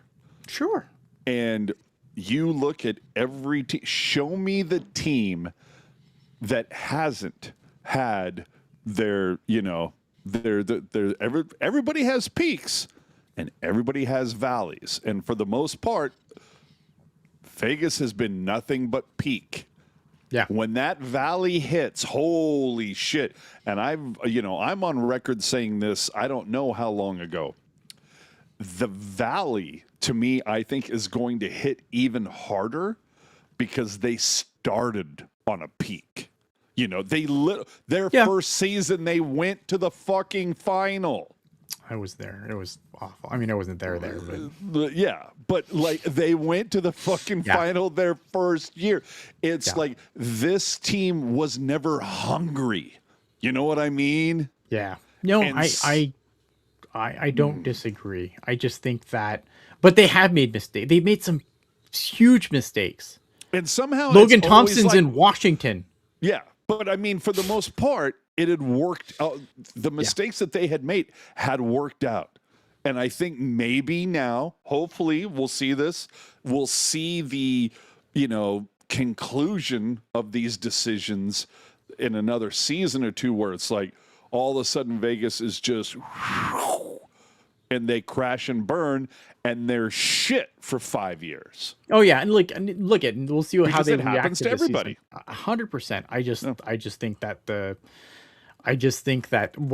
I think it is going to come due. Look at the team is obviously getting older, and I do think like Bruce Cassidy is a coach that grinds on guys. So like maybe they need a new voice. Although why you go from that to John Tortorella, I'll never understand. Talk about grinding on guys.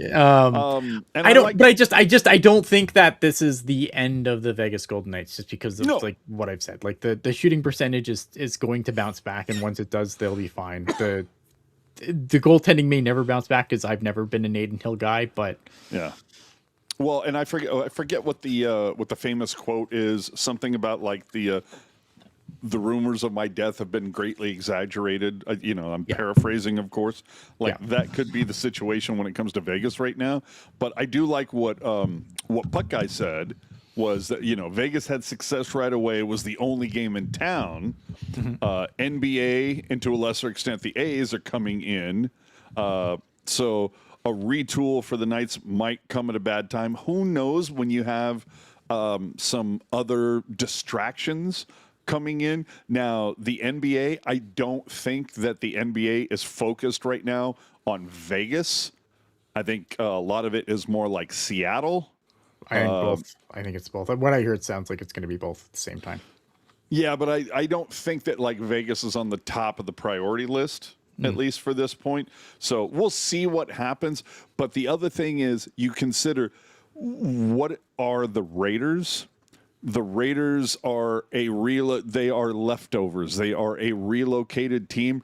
They don't get barely any support from the locals in Vegas. I would be shocked, quite honestly, if the Raiders don't move in 10 years.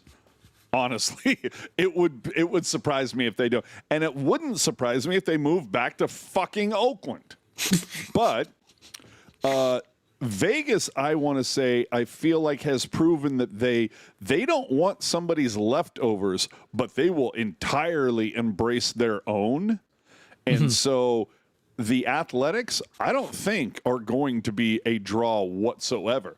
But if they are granted NBA expansion, I think they will definitely get support for that. But let's not forget, the NBA, the NHL, they play at the same fucking time.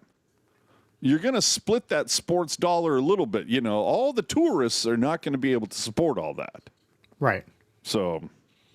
Yeah, I think that, like, I don't know. I mean, I think that they'll be fine because, like you said, it's their team.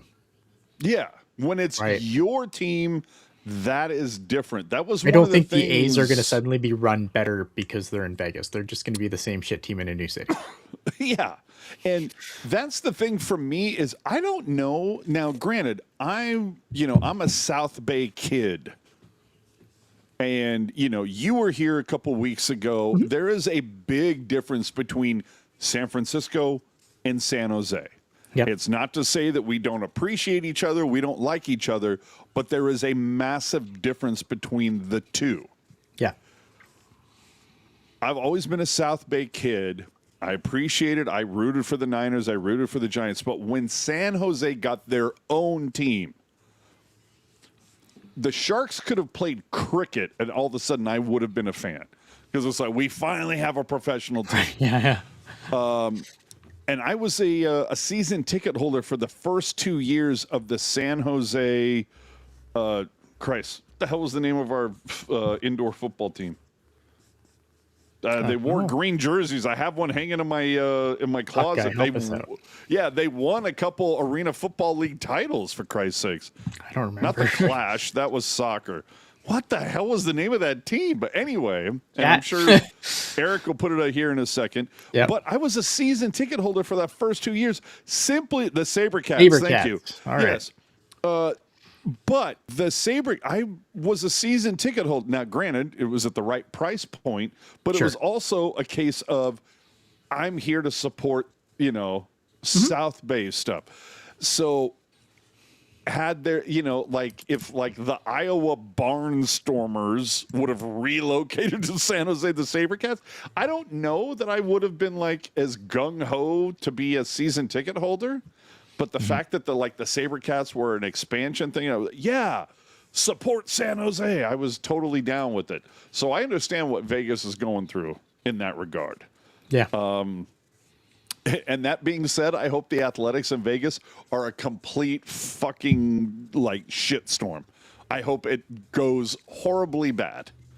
I hope John Fisher loses all of his money. But anyway. Yeah. Fuck that guy. Yeah. So anyway, we the Baby Shark thing we already did. Yeah. The other thing on Tortorella too that's interesting is it's not like he is the new head coach. He is the new head coach for the rest of this season, which is 8 games. Yeah, and then obviously playoffs if applicable. But then, wouldn't that be great if they missed? It would be amazing. But, as we've stated, the last show, maybe the show, last show, it's a pillow fight. That was Connor McDavid, yes? Connor McDavid, yes. Yeah. Do you think there's any way in hell San Jose would get a team if they were trying to enter the league today? An NHL team? Or... Yeah. Well, I don't know why they wouldn't. I mean, they're like the fucking, what? There's L.A., and isn't San Jose the second largest? I'm pretty sure San Jose is larger than San Diego.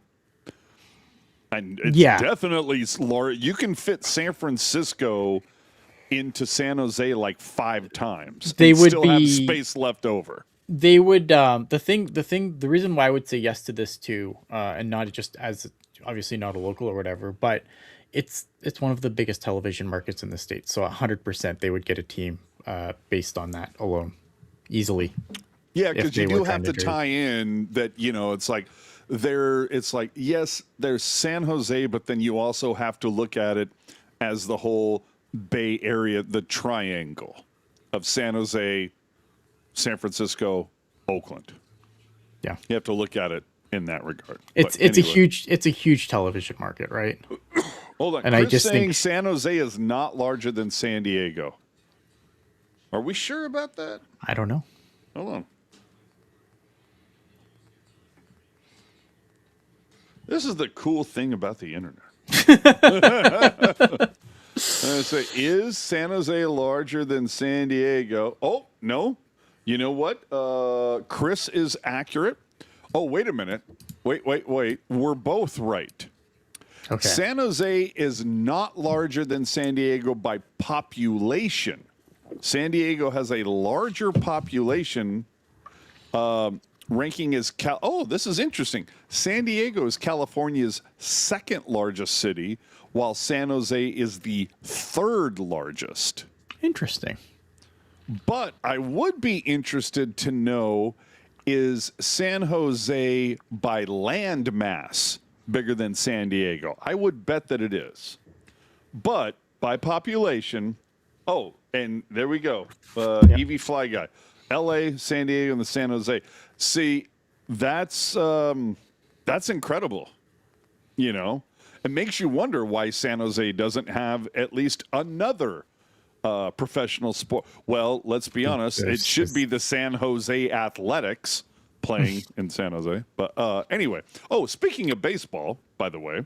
Yes. That started this week, for those of you who don't know. And this is going to be, how many people we have on the chat, by the way? Was there a count for that by any way? Yeah. Somewhere. Okay, cool. Anyway, with the start of Major League Baseball this week, there has been a lot of, aside from the ABS challenging system, which so far, if you're CB Buckner, sucks to be you, pal. But with the start of MLB this week, well, hold on. Before we get to that, do you have any idea who the fuck CB Buckner is? He's an umpire, I assume. Yes, he's an umpire who it was either today or yesterday, was umpiring a game. His strike zone was challenged 8 times, and he got caught fucking up 6 of those times. It was so bad. Like, here's how awesomely bad it was. He had his strike zone questioned in 2 consecutive pitches, and he was wrong both times. And we're talking in a bases loaded 2-out situation, and he was wrong both times. And you're just like, and at that point, you're kind of like, at what point, if you're wrong that often, when do you just like, okay, we're going to move the plate umpire to a different position because holy shit. Let me see. Oh, San Diego is a smaller market because there's Mexico, a desert, an ocean, and LA on either side. We have very little secondary market. San Jose benefits from better surroundings. Fair point. Fair point. And, and I think San Jose is going to get like the bleed off from whether it's Santa Cruz, Monterey, Gilroy, those surrounding areas. Absolutely. I get that. But I also got to tell you, as a San Jose resident, I feel like once you go south of like the intersection of 85 and 101, I feel like it just like falls off a cliff. Like, to me, like that's the end of the Bay Area. But anyway, back to the Major League Baseball shit that happened. Yeah. A lot of talk on social media about fans being priced out, and this goes back to the Yankees thing that I mentioned, 3 hours ago. To watch every Yankees game this season, you have to be just subscribed to like 7 different services, and even though the remaining regional sports networks, they are on life support at this point. Cable networks, while declining, still have some profitability, but they are so reliant on live sports more than ever before. And it's largely because sports, let's be honest, live events, they're DVR proof. People aren't going to, I'm one of those people. If a game, like if I'm out busy, I don't know about, you tell me, Ian, if you're out running errands with the wife, the kids, you know that a game is going to start, but you actually have to like tend to your life. If you get home, the Sharks were playing. When you get home, they are just starting the third period. Are you going to watch the first and second period if you've like gotten a notification on your phone that says, "Oh, it's a 2-2 game going into the third"? Are you going to watch the entire first and second period, or are you going to be like, "Okay, let me watch how those 4 goals were scored, and then I'll like catch up to where we at"? Or are you actually one of those guys that you're like, "No, I want to see how this all transpired"? So it depends on like obviously how much time I have to go back and do it, because like there's only so many hours in a week, right? Sure. What I'll generally do in that situation is I will scan social media, and if something big happened, then yeah, I'm gonna go back and figure out what that is, because obviously we're gonna have to talk about it. You know, and this is what I do. Like this is what happens, but I don't get to watch whole games because of the time zone problem. So there is a lot of times where I So do you go were back. the wrong person to ask that question to. Yeah, but obviously, but mostly it's because obviously I want to come on here and I don't want to get caught flat-footed on something I clearly didn't watch. Okay. Right? Again, so you were the wrong person to ask that question to. But Yeah. but that's my thing, is that I think, live sports, obviously I can only speak for myself, but I'm telling you, if, there have been times life gets in the way. I'm trying to think. I know there was something relatively recent where I was only able to pay attention to the third period of a Sharks game, and I'm pretty sure it was like close. Like the Sharks were like down a goal, and going into that, it was well. And my YouTube TV is set up where I'm subscribed to Sharks games, so anytime there's a game, it's going to record the whole thing. I had the option when I came home, turned it on, start from beginning. Fuck that. I already know what the score is at this point. I don't care. Like, I'll fast forward in and go, okay, how'd that goal happen? Okay, cool. Yeah, How'd yeah. that goal If happen? I Blah, blah, blah. didn't do this, But I'm not if I going to didn't watch do this, I 10 would minutes watch the of highlights. scoreless hockey. You know what I mean? Yeah. So that's the one thing that makes sports DVR proof. But anyway, meanwhile, the streamers, whether it's Netflix or what, and holy crap, did they catch a lot of hell this week because of Major League Baseball. But they continue to bolster their live sports portfolios to gain subscribers, and I get it. You dance with the one that brung you, fake it till you make it.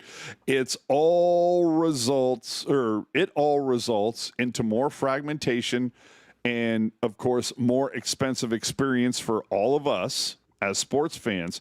So a question to all of you guys watching right now in the chat: if your favorite sports team, whether it's the Sharks, the Giants, the 49ers, the Maple Leafs, I don't care, if they move to a platform that is going to require you to pay subscriptions, and whether it's by season, by month, by game, and how many different platforms, whether it's Netflix or Amazon or this one or that one, at what point do you just say, fuck this, I got better things to do with my time, and especially my money?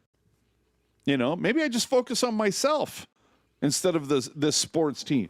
What about attending the costs of attending a game? Tickets, parking, food, Food's beverage. incredibly insane. Oh, dude, at what point do fans start saying, between parking, tickets, food and bev, blah, blah, blah, it's like over $150. Maybe I just take that $150 and go, call up like 2 or 3 of my buddies and go, hey, man, let's go to Tipsy Putt. Do you guys know what Tipsy Putt is? Basically indoor mini golf, and they've got like an amazing selection of beer.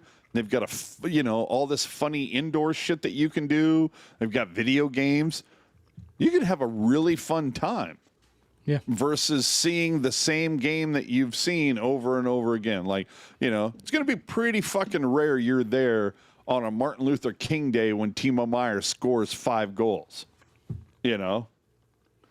So it's just, I don't know. I see, and tell me I'm wrong, people in the chat, look it up. Between Ticketmaster and Live Nation, all the mentions, and especially with the beginning of Major League Baseball, I just see complaint after complaint after complaint. Ticket prices, food and bev. Oh my God. But the big one being like, I have to subscribe to this service and this service and this service and this 4 different services to watch my team play their sport, when 10 years ago, 12 years ago, all I needed to do was have cable TV. Yeah. It's insane. And no, it is. It is. It's really when dumb. You see that happening, how can TV, the people involved in all this, how can they be upset when the fans fly the pirate flag? You drove them to this behavior. Mm-hmm. Yeah, and 100%, right? Because, like, why did piracy drop? Because, like, Netflix came out, everything was on Netflix before all the other companies were like, oh shit, we need our own streaming services. Why are we letting Netflix make all this money? And what happened, though? Like, everything went to Netflix, people paid their whatever it was a month, it wasn't much, and then, and people stopped downloading fucking movies because they just waited for it to come out on Netflix. Yeah. You gotta see, and evidently Radko Gudis, it's all his fault. That's all of this. Yeah, I believe it. All right. That's just something I had to get off my chest. It won't be the first or last time that I ever talk about that, because I am getting really sick of being priced out as a fan. And I just, what I start thinking about? Like, anybody, do y'all see this tire hanging on the wall? But that's attached to the mountain bike that is on my wall. Do y'all see these 3 guitars and then this 4th guitar behind me? I start thinking about, well, I could watch this sports team, like, yay, raw team, or if I saved that money, I could buy another guitar.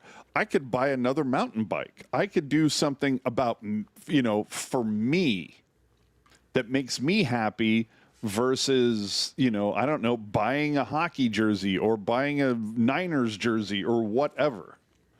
Like, maybe it just needs to be, maybe fans need to go, what, the experience needs to be about me and my friends and family versus, me trying to share the moment of a team that I don't, isn't aware of me. Yeah. All right. We talked about it. Yeah. What happened? Sorry, no, nothing. Let's get this moving here. All right. We talked about it earlier. Eric Polkamp had a day. Mm-hmm. Soon to be Sharks defenseman Eric Polkamp. Fucking better. Fucking A. Had an assist and then an empty net goal to put the exclamation point on a win earlier today that Denver had over Western Michigan 6-2.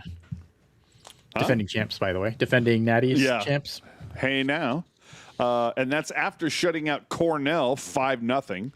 The Frozen Four begins April 9th and then will conclude April 11th. So if Denver makes the ship, which in fact they should, the soonest Polkamp can come in is on April 13th, which would be at Nashville. And that's with 3 games left. And the bummer about this, and I'll let you vamp for a second. The bummer about this, when Polkamp should and hopefully does come in, he won't play at home for San Jose because that starts a 3-game away streak.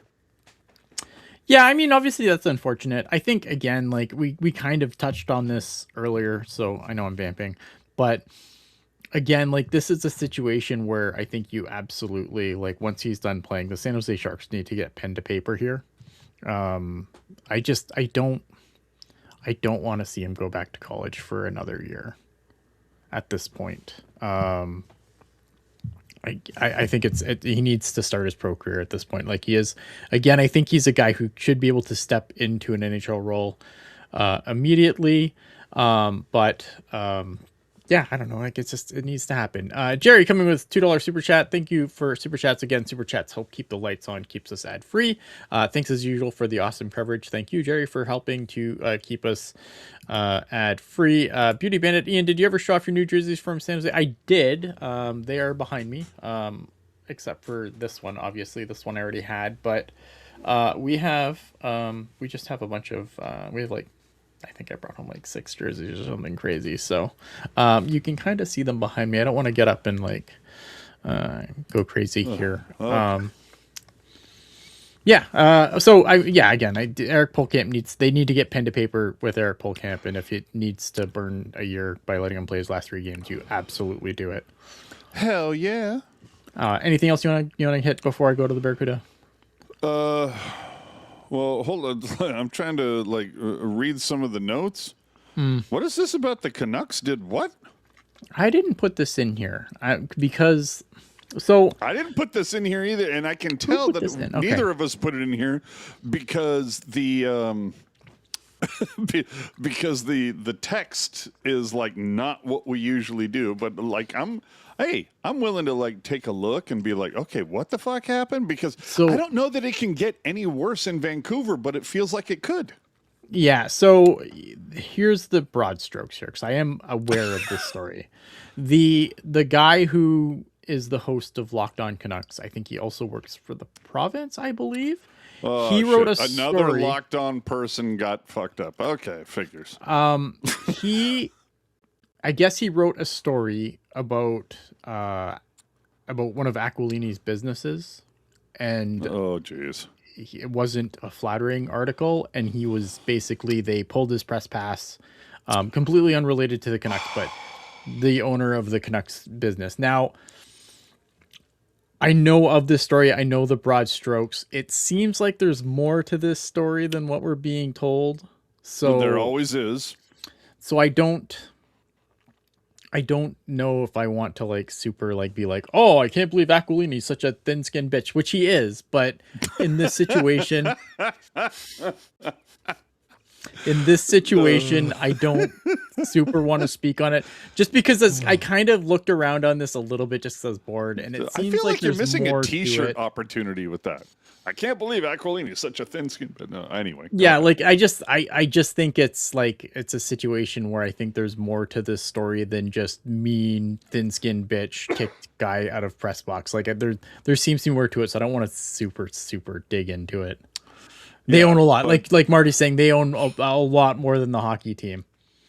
Oh, Jesus Christ. Oh, and I see a couple people mentioning JD because, obviously a Locked On person. No. I got no issues with it. I'm just saying, like, overall, out of all the podcasts or whatever, for whatever reason, I see Locked On people just getting fucking dumped on the regular. So I don't know. If anything, I guess like JD needs to like expect more from the other 31 teams. Maybe. I don't know. Maybe that's it. Because Jesus Christ, there was somebody not that long ago on social media that like, dude, they wood-shedded somebody. Yeah. Hold on, where was it? I got it. Go ahead for a second. But the situation here was he did an article about one of Aquilini's other businesses, and apparently in response, is his side of the story is that the Canucks pulled his press pass and kicked him out of the game mid-game. Kicked him out of the arena to pull his press pass mid-game. Mid-game. Now, where he says it's because of Gackle level of. But oh my God. What I also read, and I didn't super go to verify this, but my understanding is that the article in question got pulled down So obviously there's more to this story than just thin skin. Thin, you know what I mean? Like, I think Aquilini is a thin skinned bitch, but if your story's getting pulled down from a major media outlet, there's probably something wrong and you probably fucked up. Yeah, that's bad. So so as much as I want to be like, Aquilini sucks, and he does, I don't know if Absolutely. I can take his. I don't want to take sides in this because I don't think that I know enough. And from what I know, it sounds like it might come back and bite me in the ass to take the reporter's side in this situation. I don't like getting things bite me in the ass. The tweet that went around a couple weeks ago, it says the Locked On Network is legitimately the worst sports brand out there. They make fanatics look good. I was like, oh shit! And it says every time I see some dog shit take, there's an 83% chance that it came from somebody involved with Locked On. Now, granted, that's I think JD does a fine job. I like JD. Yeah, I don't want to like. That is I'm not lumping him in with anybody. It's just that is a huge umbrella. That is a broad paintbrush. There are 31 100%. Other teams. Well, not only that, but they cover there's a Locked On for NFL, Major League Baseball, NBA. Like it's a massive. It is a massive content farm, and that's what it is. It's a content farm. Yes. So that was very impressive. Thank you so much. But either way, it was just like they're while you got JD over here like very much kind of I got my guy. I'm doing my shit the way I'm supposed to do it. I like JD. You guys over there, you guys suck. But I do think that when you are in a situation where you're expected to put out daily content and you have a bajillion different people doing daily content, like some of it's going to be good and some of it's going to be bad. And I'm sorry, you can't put out daily content when there literally is not shit to talk about on a daily basis. There are going to be days when there is literally nothing to fucking talk about, and then you have to manufacture stuff, and then that is what destroys your credibility. Sure. It's I hate that. But then there has been times, I think myself, you, Puck Guy, I don't know, like we've had to go live 3 different times on the same day because news just kept fucking breaking. It's like on one hand, there's nothing to talk about, and then the next day it's just like, oh my God, will you guys stop? I'm tired of talking. Yeah. And I think that's the thing, right? And I not to like I don't want to make this an us versus everyone else thing, but I think it's what makes we're us not versus anybody. We don't do content for content's sake. Well, we don't have quota requirements. Right. Yeah. Like I just think like that's what appeals to me about this, right? We don't do content for content's sake. Well, and the fact that we we occasionally we do because it's summer and like we need to fucking hit the algorithm so that it doesn't sometimes forget about it's us. just funny shit to talk about. Right. Yeah. I will tell you, have you ever tried to look at Awful Announcing's site on a mobile platform? It's a fucking nightmare, dude. Yeah. Dude, it is so difficult. Because I don't know about you guys, for all the people in the chat, do you have pop-up blockers on your phone? I can't figure it out. It's trying to watch Awful. Dude, all right. There's another team in San Jose. What is their name? Yeah. Tiger just adding in here. Who? Tiger saying that Aquilini, again, just going back to this story here, he's now drawn more attention to an associated entity for his potentially breaking U.S. labor laws. So, look, again, there's obviously things here, but obviously like something wasn't right because if it's all right, then your media outlet's probably not pulling that down, no matter how much money Aquilini has. Maybe it's just me, and I would ask this to everybody watching us right now. Are you guys just as sick as I am of just like the clickbait? And that is not me like dumping on anybody specific, you know. So, oh well, AJ just dumped on Shang or JD or who. No. That's No. across the board, whether it's awful announcing or like, I mean, Dan Rosen or Pinota or what. I am just so, or even God, if you look at some of the local media people here, whether it's like Cron or NBC or what the San Francisco version of NBC, I don't know how many times it's been like local restaurant, blah blah blah, and I'm like, no. Name the fucking restaurant, you know, and it's obvious. It's like, oh, we are going to try to get you to click on this to find out the name of the restaurant. I see all that nonsense and I go, block. I think the If you're thing gonna that clickbait annoys me, block. I think the thing that annoys me about the current media landscape, and we are a part of this, so like I don't want to completely like just be like, but we have way more aggregators than reporters at this point. And that is what is ruining it. And you know what? I might respect the aggregators.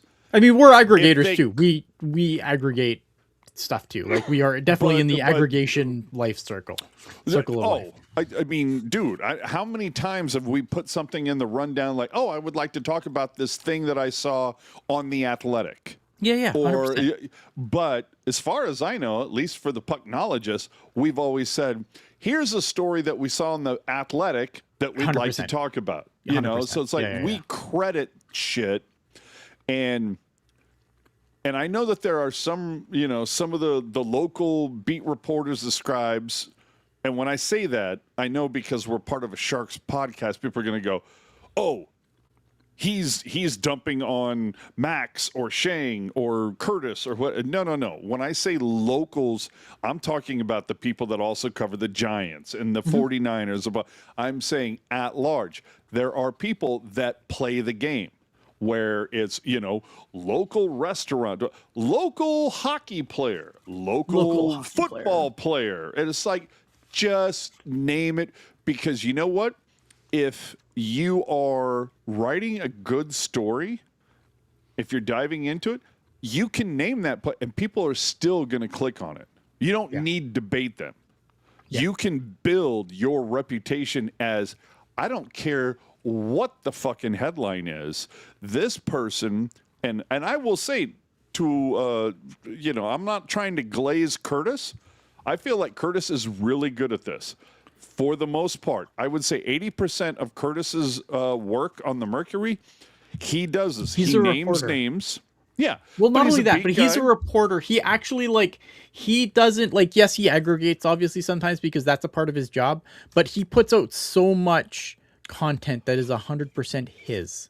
And not just, Elliot Friedman said this, and here's my report about it. And there's way too many aggregators now. Like, the aggregators so far outnumber the actual people that do actual journalism. And again, I don't want anyone to get it twisted. I do not consider myself a journalist. I am not a journalist. We do editorial. I'm a fan. I'm an asshole with a YouTube account. That's it. Yes. None of us are. And that, I will say that, you know, as to your point, I remember Brody doing, you know, Brody Brazil saying this, I don't know how many times, that it's like, you know, Brody, you're a reporter, be better than that. And it's like, no, he's not a fucking reporter. He is a pre and post game host, or was in that moment when he was being called out for that. And it's like, no, you've got it wrong, asshole. This is what his job is. And I don't know how many times people have referred to us, you know, myself, you, Eric, Jules, but, you know, everybody else involved in this dog and pony show have referred to us as media. We aren't. No. You know, do the Sharks offer us access for certain things because we're, you know, like we reach a certain audience? I would say yes. Yes. I would argue that. Yes, but when they do that, but when they do that, though, it's not like, listen, guys, we're going to tell you about this cool thing that we're doing, and you better fucking think it's cool. That does not happen. Yeah. They don't dictate the way that we're supposed to present, you know, whatever they tell us. You know, we'll allow you to, you know, attend this event, but only if you're cool. No. Right. No, that's never happened. Yeah, never. So, I don't know.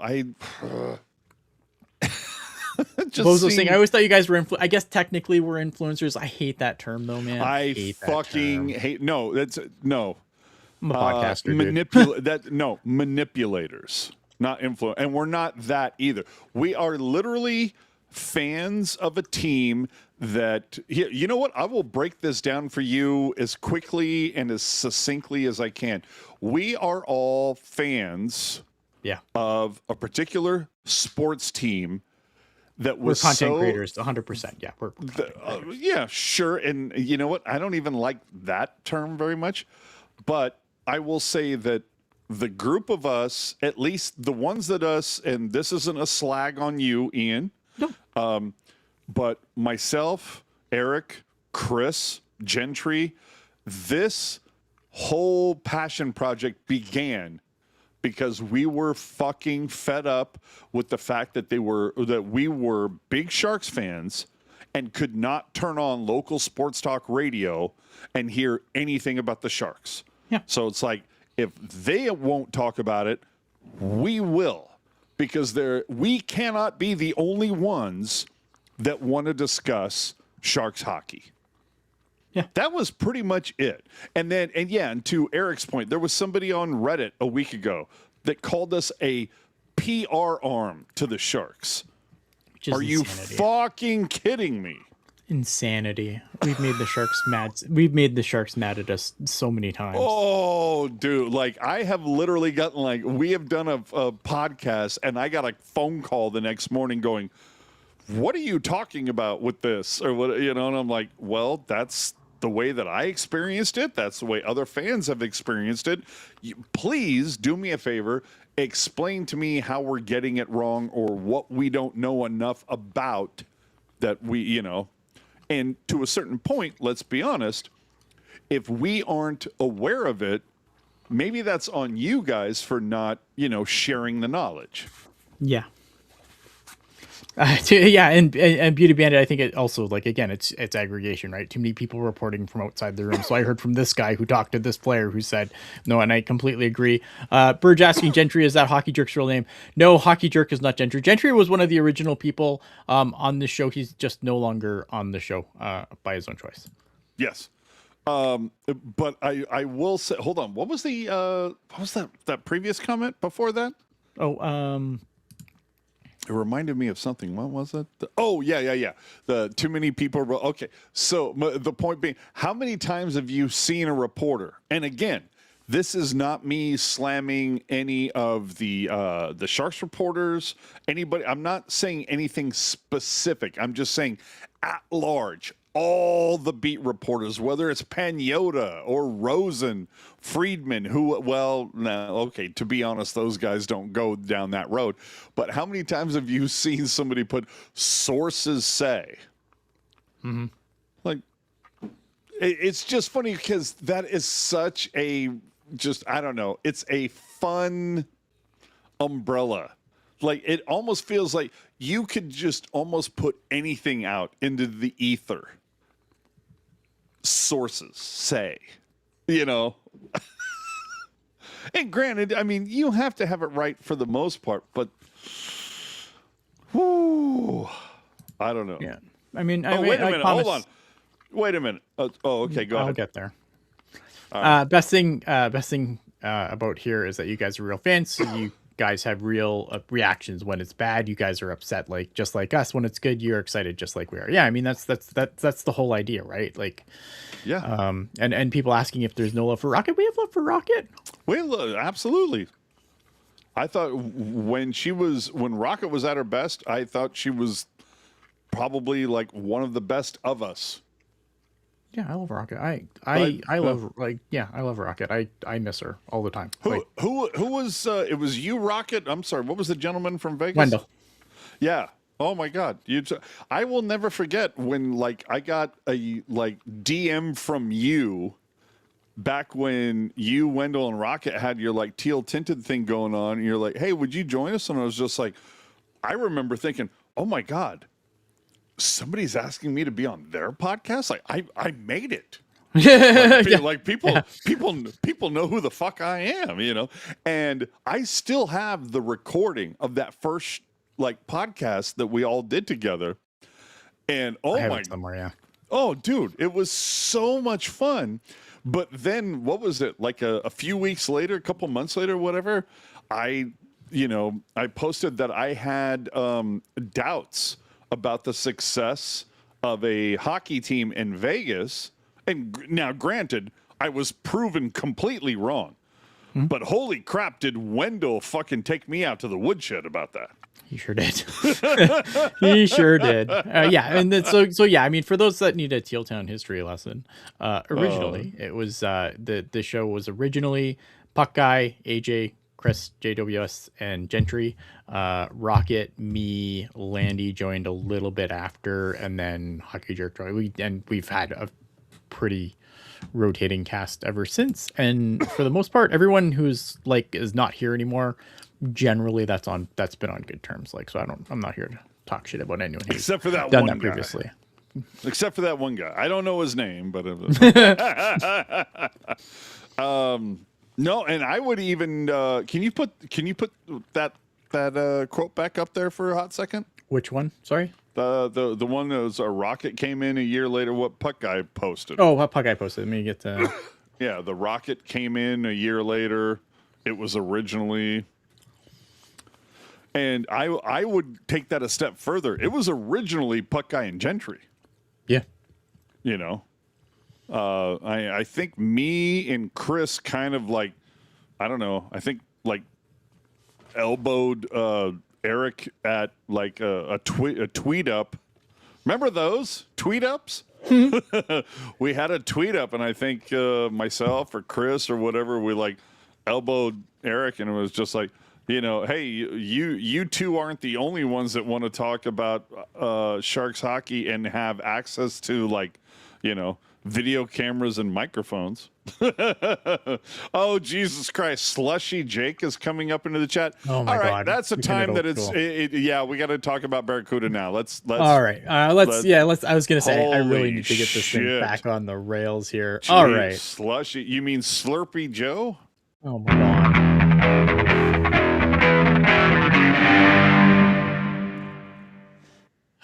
The San Jose Barracuda did not have a good week. They are currently 38-21, 2-2 on the season, good for 80 points, a 645 points percentage. They are third in the Pacific Division. However, they lost all the games they played this week. They lost all the games. You know what, though, to their credit, and I think this is something that, you know, obviously could not have been said since, I don't know, since they moved to San Jose, they have stayed in the top three the entire time. Yeah. They started with the Stars, I believe, if I remember correctly, visiting them. I always sometimes get the away and home fucked up on here. I believe they played. No, I'm pretty sure that was here in San Jose. Yeah, I'm pretty sure that was at TexAU. They lost 3-2 to the Stars. San Jose. It wasn't San Jose because I remember there was a promotion that some friends of mine were like giddy about. All right. Really, I think the one thing I will say about the Barracuda this week is I don't think they played a bad game this week. They just did not get good results. The Coachella Firebirds would have something different to say, but sure. I don't think they had, like, I don't know. We'll get into the Coachella game in a minute. The only thing I'm going to say about this fucking Texas Star Games is death, taxes, and fucking goals against the Barracuda. I hate this motherfucker. I was so happy when he was off to the Central Division, and fucking no matter what, this guy is inevitable. He always fucking scores goals in the Barracuda, whether he's having a good season or not, like this year. This motherfucker, I hate Cole Lind so much. Hold on, I have to answer a question in the chat from Buzzosaurus. What in the hell is a Firebird? It is a very popular vehicle made by General Motors in the late 70s. Yes. With a Pontiac brand for the most part. But go ahead. Yes. Laurent Brossoit, pretty good in this game, made 31 saves on 34 shots. Colin White, had a fucking week. 14th, his 14th of the season. Afanasiev, sorry, also scored in this game. Barracuda, one thing that their problem this week was their power play wasn't very good. It was 1 for 4 in this game. When you're looking for offense, that generally helps, and it was not good this week. I was going to say the whole week it was like 1 for 12, right? Yeah, it was not good. I don't know. I think Brossois was good this game. They made a mistake at the end of the game. Colin comes in, scores. It fucking sucks. I hate Colin so much with every fiber of my fucking being, and I'm glad he's in the Central. That would bring us to this weekend. Go ahead. I'm sorry. We were talking about like clickbait, and I'm not saying this is, but it's just funny that like what we were literally talking about 10 minutes ago, I just got a notification on my phone from Shang. Okay. Is Celebrini getting burnt out? Jason Demers and Dan Boyle discuss. Also, JD talks defensive Sharks should target. It's just really funny that all the shit that we just talked about, I saw a tweet from Shang on here. So Shang, God love you, man. I love the way you worked the hustle. That was awesome. Like it came in perfectly at the right time. That was great. The Barracuda would then travel to Coachella Valley for a 2-game set. They would lose both of them. Saturday they lost 4-2. They put on a ton of shots on goal. 42 shots on goal to Coachella Valley's 23. The difference in this game to me was the Firebirds got saves and the Barracuda did not. It's that simple. Nikkei Coco, who is the goalie, and he's done this a couple of times to the Barracuda now. Who? Nikkei Coco is a goalie is for this the a Hawaiian person? I have no idea. He is what I will tell you, I'm assuming he's probably Finn based on the spelling of this. He came in and he was outstanding, and this is not the first time he has goalied the Barracuda. He was unbelievable this game. He made a stupid amount of saves and some really, really good saves too. They had a Barracuda, like, again, they had a couple of really great opportunities to tie the game. They could not put a puck past this dude, and he was outstanding. They got goalied. I think they were the better team this game, but the outcome was not good. And again, I think Gabe Terrio, he wasn't terrible, but when the guy on the other side of the ice is putting up 40 saves on 42 shots, you probably need to make more than, you probably have to match that. And the Barracuda faced 23 shots and they scored, 3 goals. One was an empty netter. So that fucking guy. Yeah, Kesh saying with a name like that, he's probably Finn. That's what I'm assuming too. Is he is Finn, based on the letters K's being doubled and everything. It's, to me, that's what was the there was not to like drive you off the rails for a second, but there was a game sometime this week. It was so funny. Must have been I think the last 2 games were Randy and Jamal, so it must have been that first game that was against the Predators. And oh god, so chat, help me out. There was a point when Randy said something to like, oh, the Sharks need to have more finish there. And Remenda goes, well, yeah, you can't have that much finish because he's Swedish. Like they totally went down that road and they just had so much fun with it. And I was just like, yeah, that is the reason why Randy and Drew need to be the TV crew for this team for all 82 games, because they have that chemistry and they mess with each other and in such a humorous way. There's never anything malicious.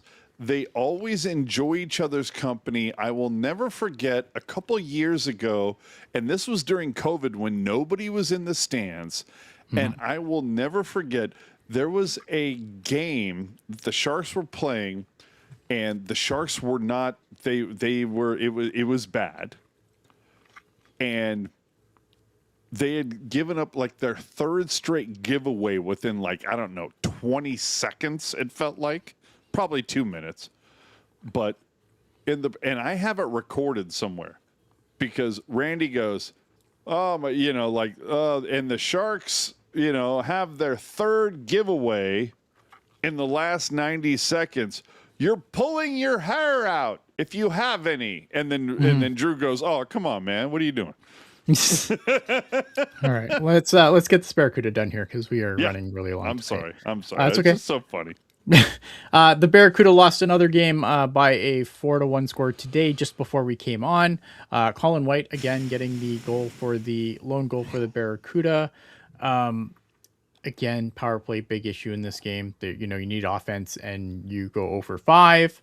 Jacob Skarek does basically the exact same thing Gabe Carrier did the game before. I think, again, it's a situation where you probably need just a couple of more saves, and I don't think that there's a couple of goals that I really didn't like that Skarek let in today. But it's similar, exact same thing, 22 shots and made 19 saves. So not the worst outing ever, obviously, but when the goalie on the other side is performing as well as Coach Ellis did this weekend, you kind of need someone to match it. And that's what Laurent Brossoit has brought to the Barracuda this year. And that's why they were kind of struggling middle of the pack before Brossoit came in. It sucks, but it's true, right? And so you obviously hope that Askarov gets healthy soon, because the Barracuda, who are definitely going to be in the playoffs this year and should, be a high seed, they really need Laurent Brossoit back, man. So let me ask you this question. I mean, Sure. Obviously the Barracuda have the issues in net have not been great. Who was the gentleman that they sent away? Matt that Davis? wasn't. I don't feel like it was Davis. I feel like there was somebody else that a lot of Cuda fans are kind of like, it could happen. Georgi Romanov? No, I feel like that was, Romanov and Georgiev were kind of like part of the same graduating class. It wasn't them. You know what? Maybe I'm getting something wrong, but who do you think is if it's in? And I'm sure that I'm completely butchering his name, and I don't care. Okay. Between Skarek, Carrier, Brossoit, if those are your guys right now, what are the Barracuda going to do?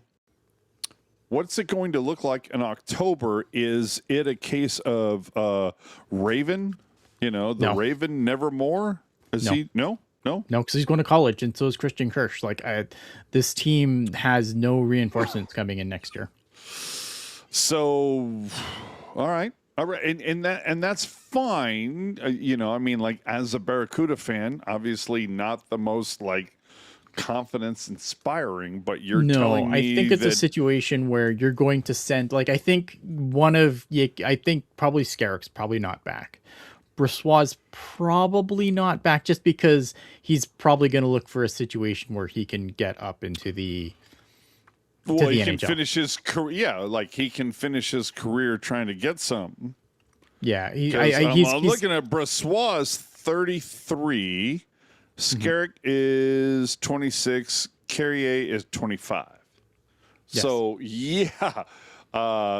absolutely. Brossoit is fucking. Can I sign with the Vegas Golden Knights because he's going to sign with a team? Yeah, he's going to. Brossoit's going to look for an opportunity where he can be the third guy and hope for an opportunity to get into the NHL.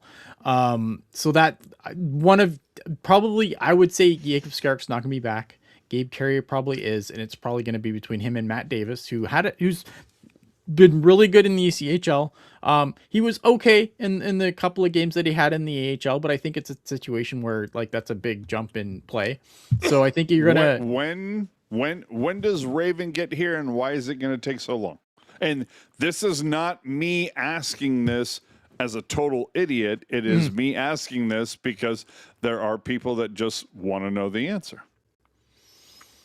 So yeah, you guys, sorry, in the chat, the goalie you are talking about is Mantis Armalis, who was an absolute terrible goalie, but he was Oh a my good-looking God, man. the model, The model, yeah, the Teal stone steel. jawed model, yeah, Teal steel. teal steel, baby.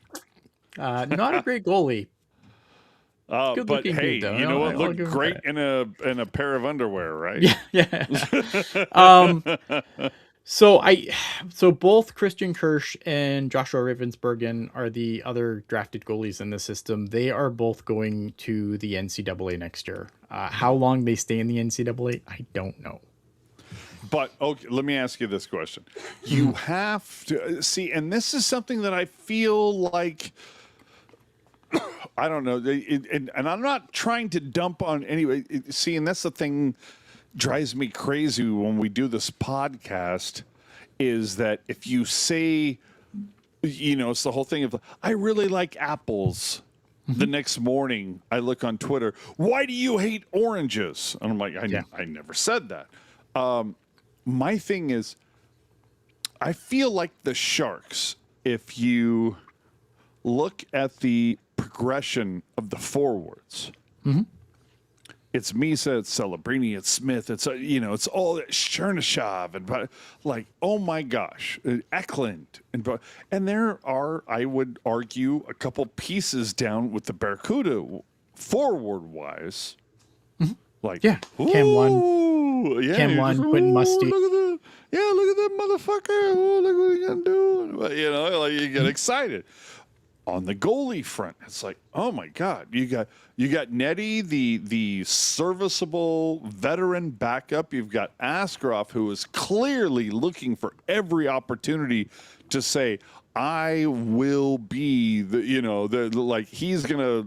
Oh my God, what's that movie? There can only be one.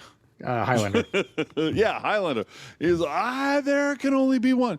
But when you look, you said Kirsch, Raven, nevermore.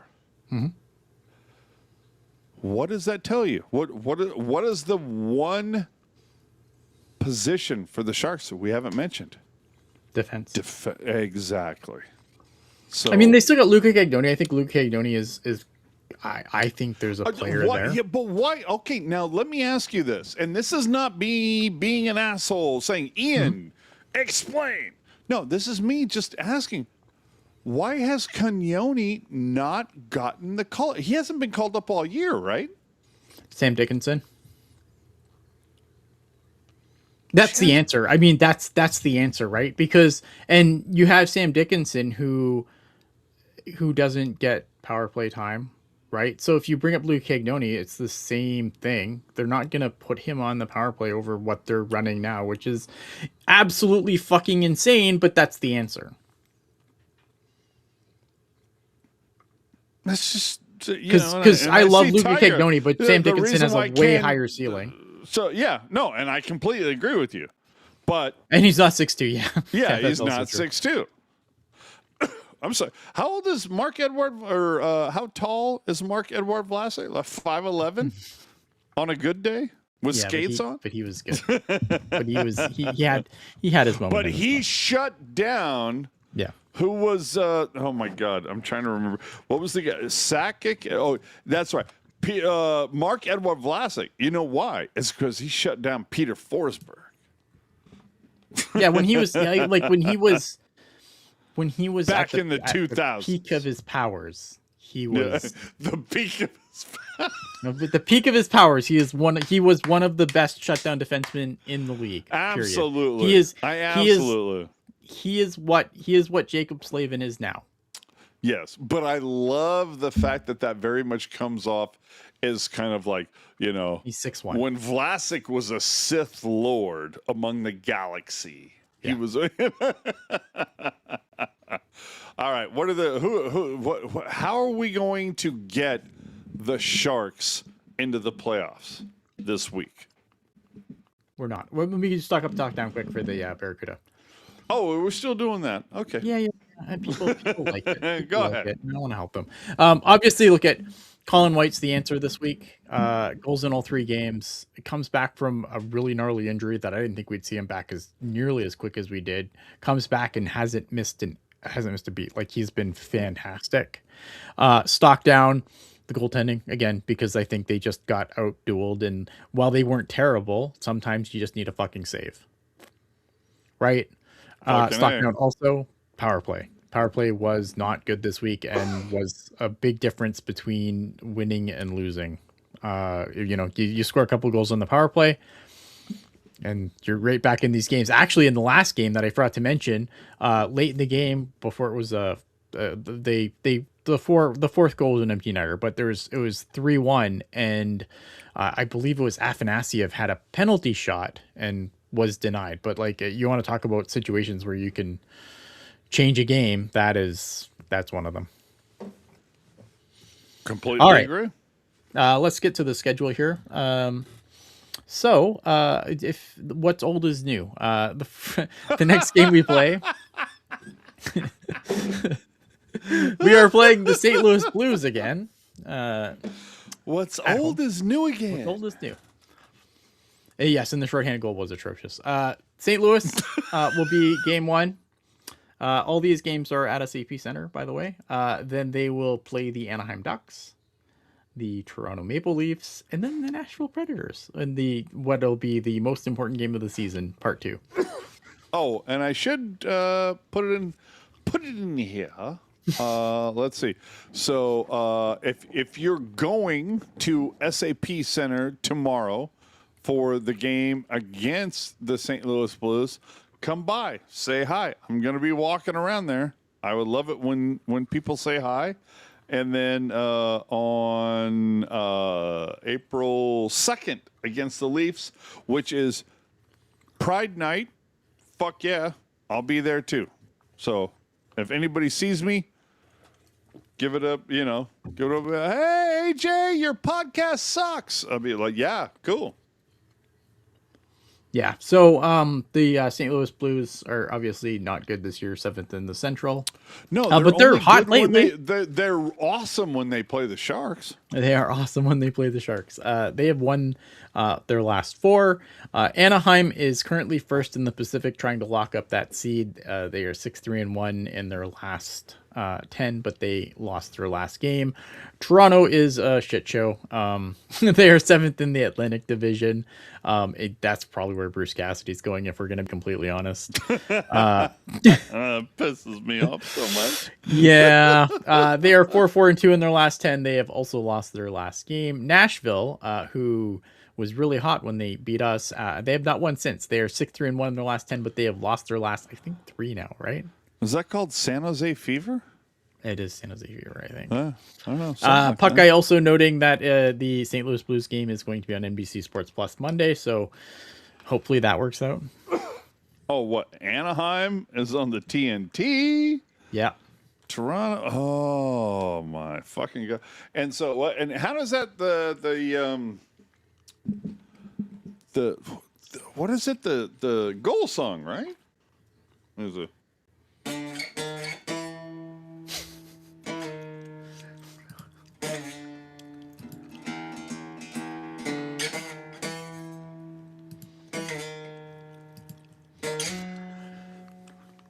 Oh, the copyright strike. Go on.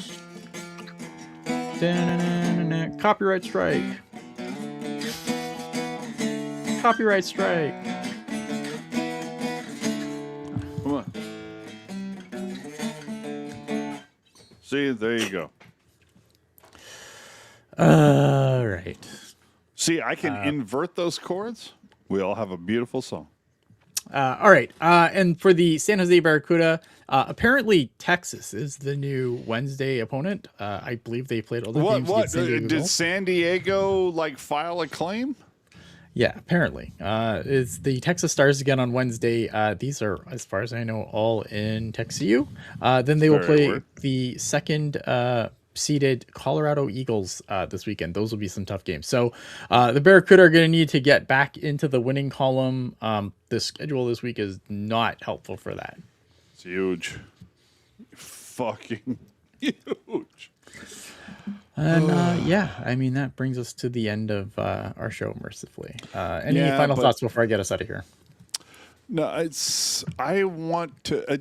We mentioned this earlier. I really want to see how.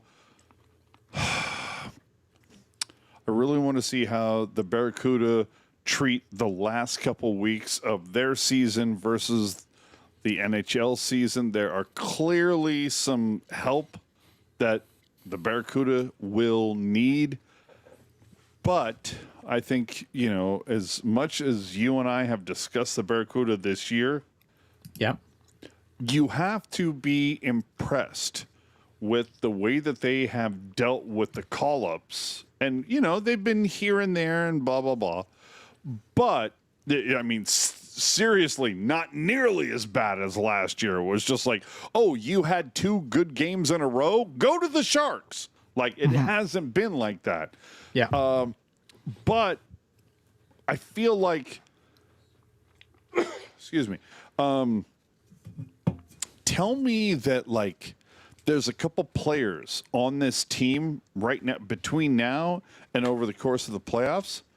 Maybe their names are Musty. Maybe their names are Beasted. There are a couple of players on this Barracuda squad that I feel like are probably going to have some expectations on them. It's very much going to be, you need to take a step if you still want to be in Northern California. Yeah, I think, I mean, probably not those names. Like, I think obviously Quentin Musty's a first-year pro. He has some time to grow. Philip Beasted, again, like Philip Beasted's a guy who I had knives out for at the start of the season, but he's been one of the Barracuda's best players. I don't know where he fits. I don't know where he fits in on, like, the team going forward.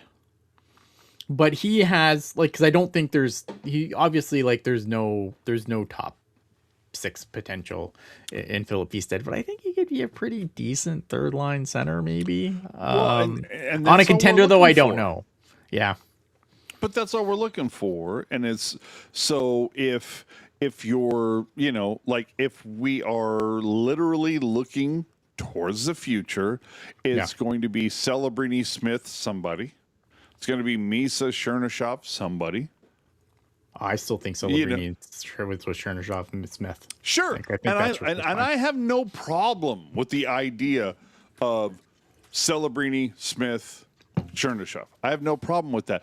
If your next line is, Misa, Eklund, Misa, and Musty, Graf. Eklund, or Graf. I still think Graf's on your third line on a like when you're contending. I still think Colin Graf's on your third line.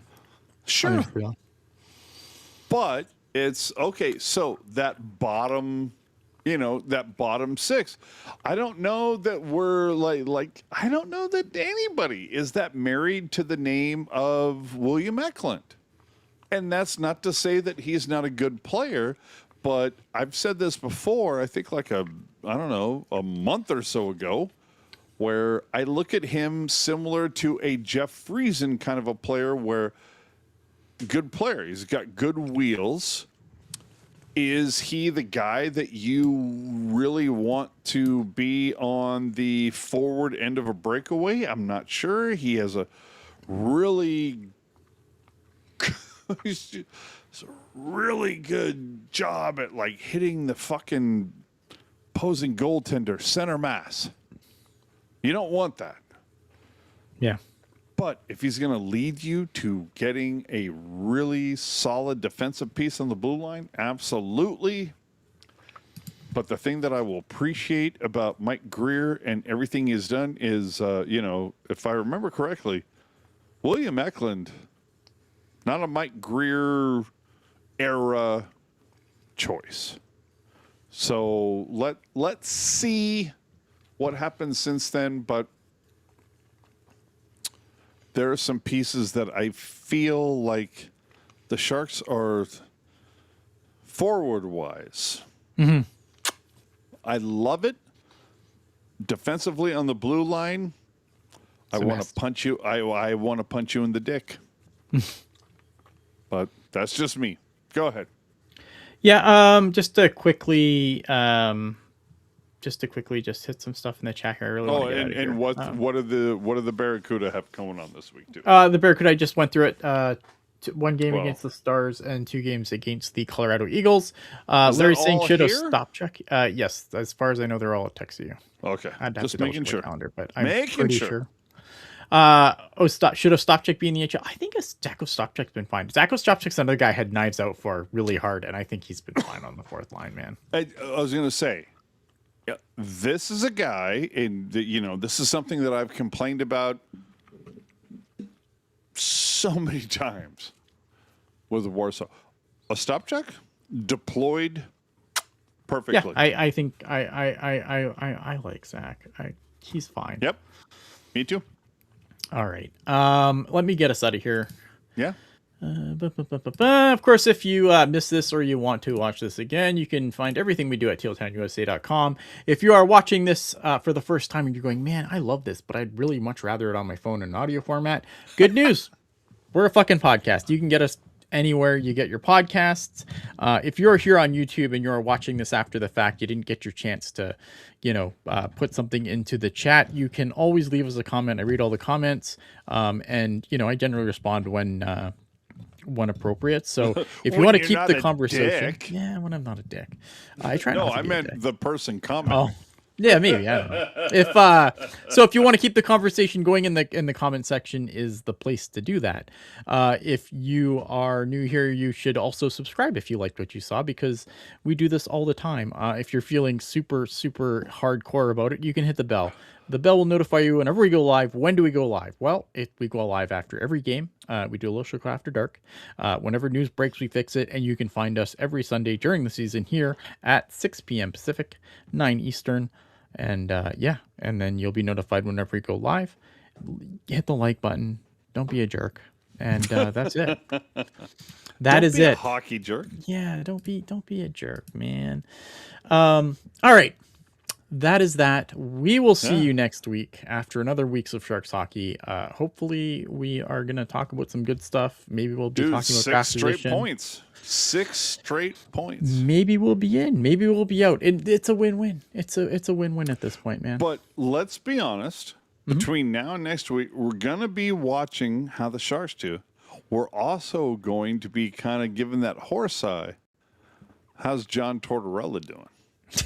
Yeah, we'll talk about that too. Yeah. Good times. Absolutely. All right, guys. Thank you for being here. We will see you on the next one. Have a good evening. Burner.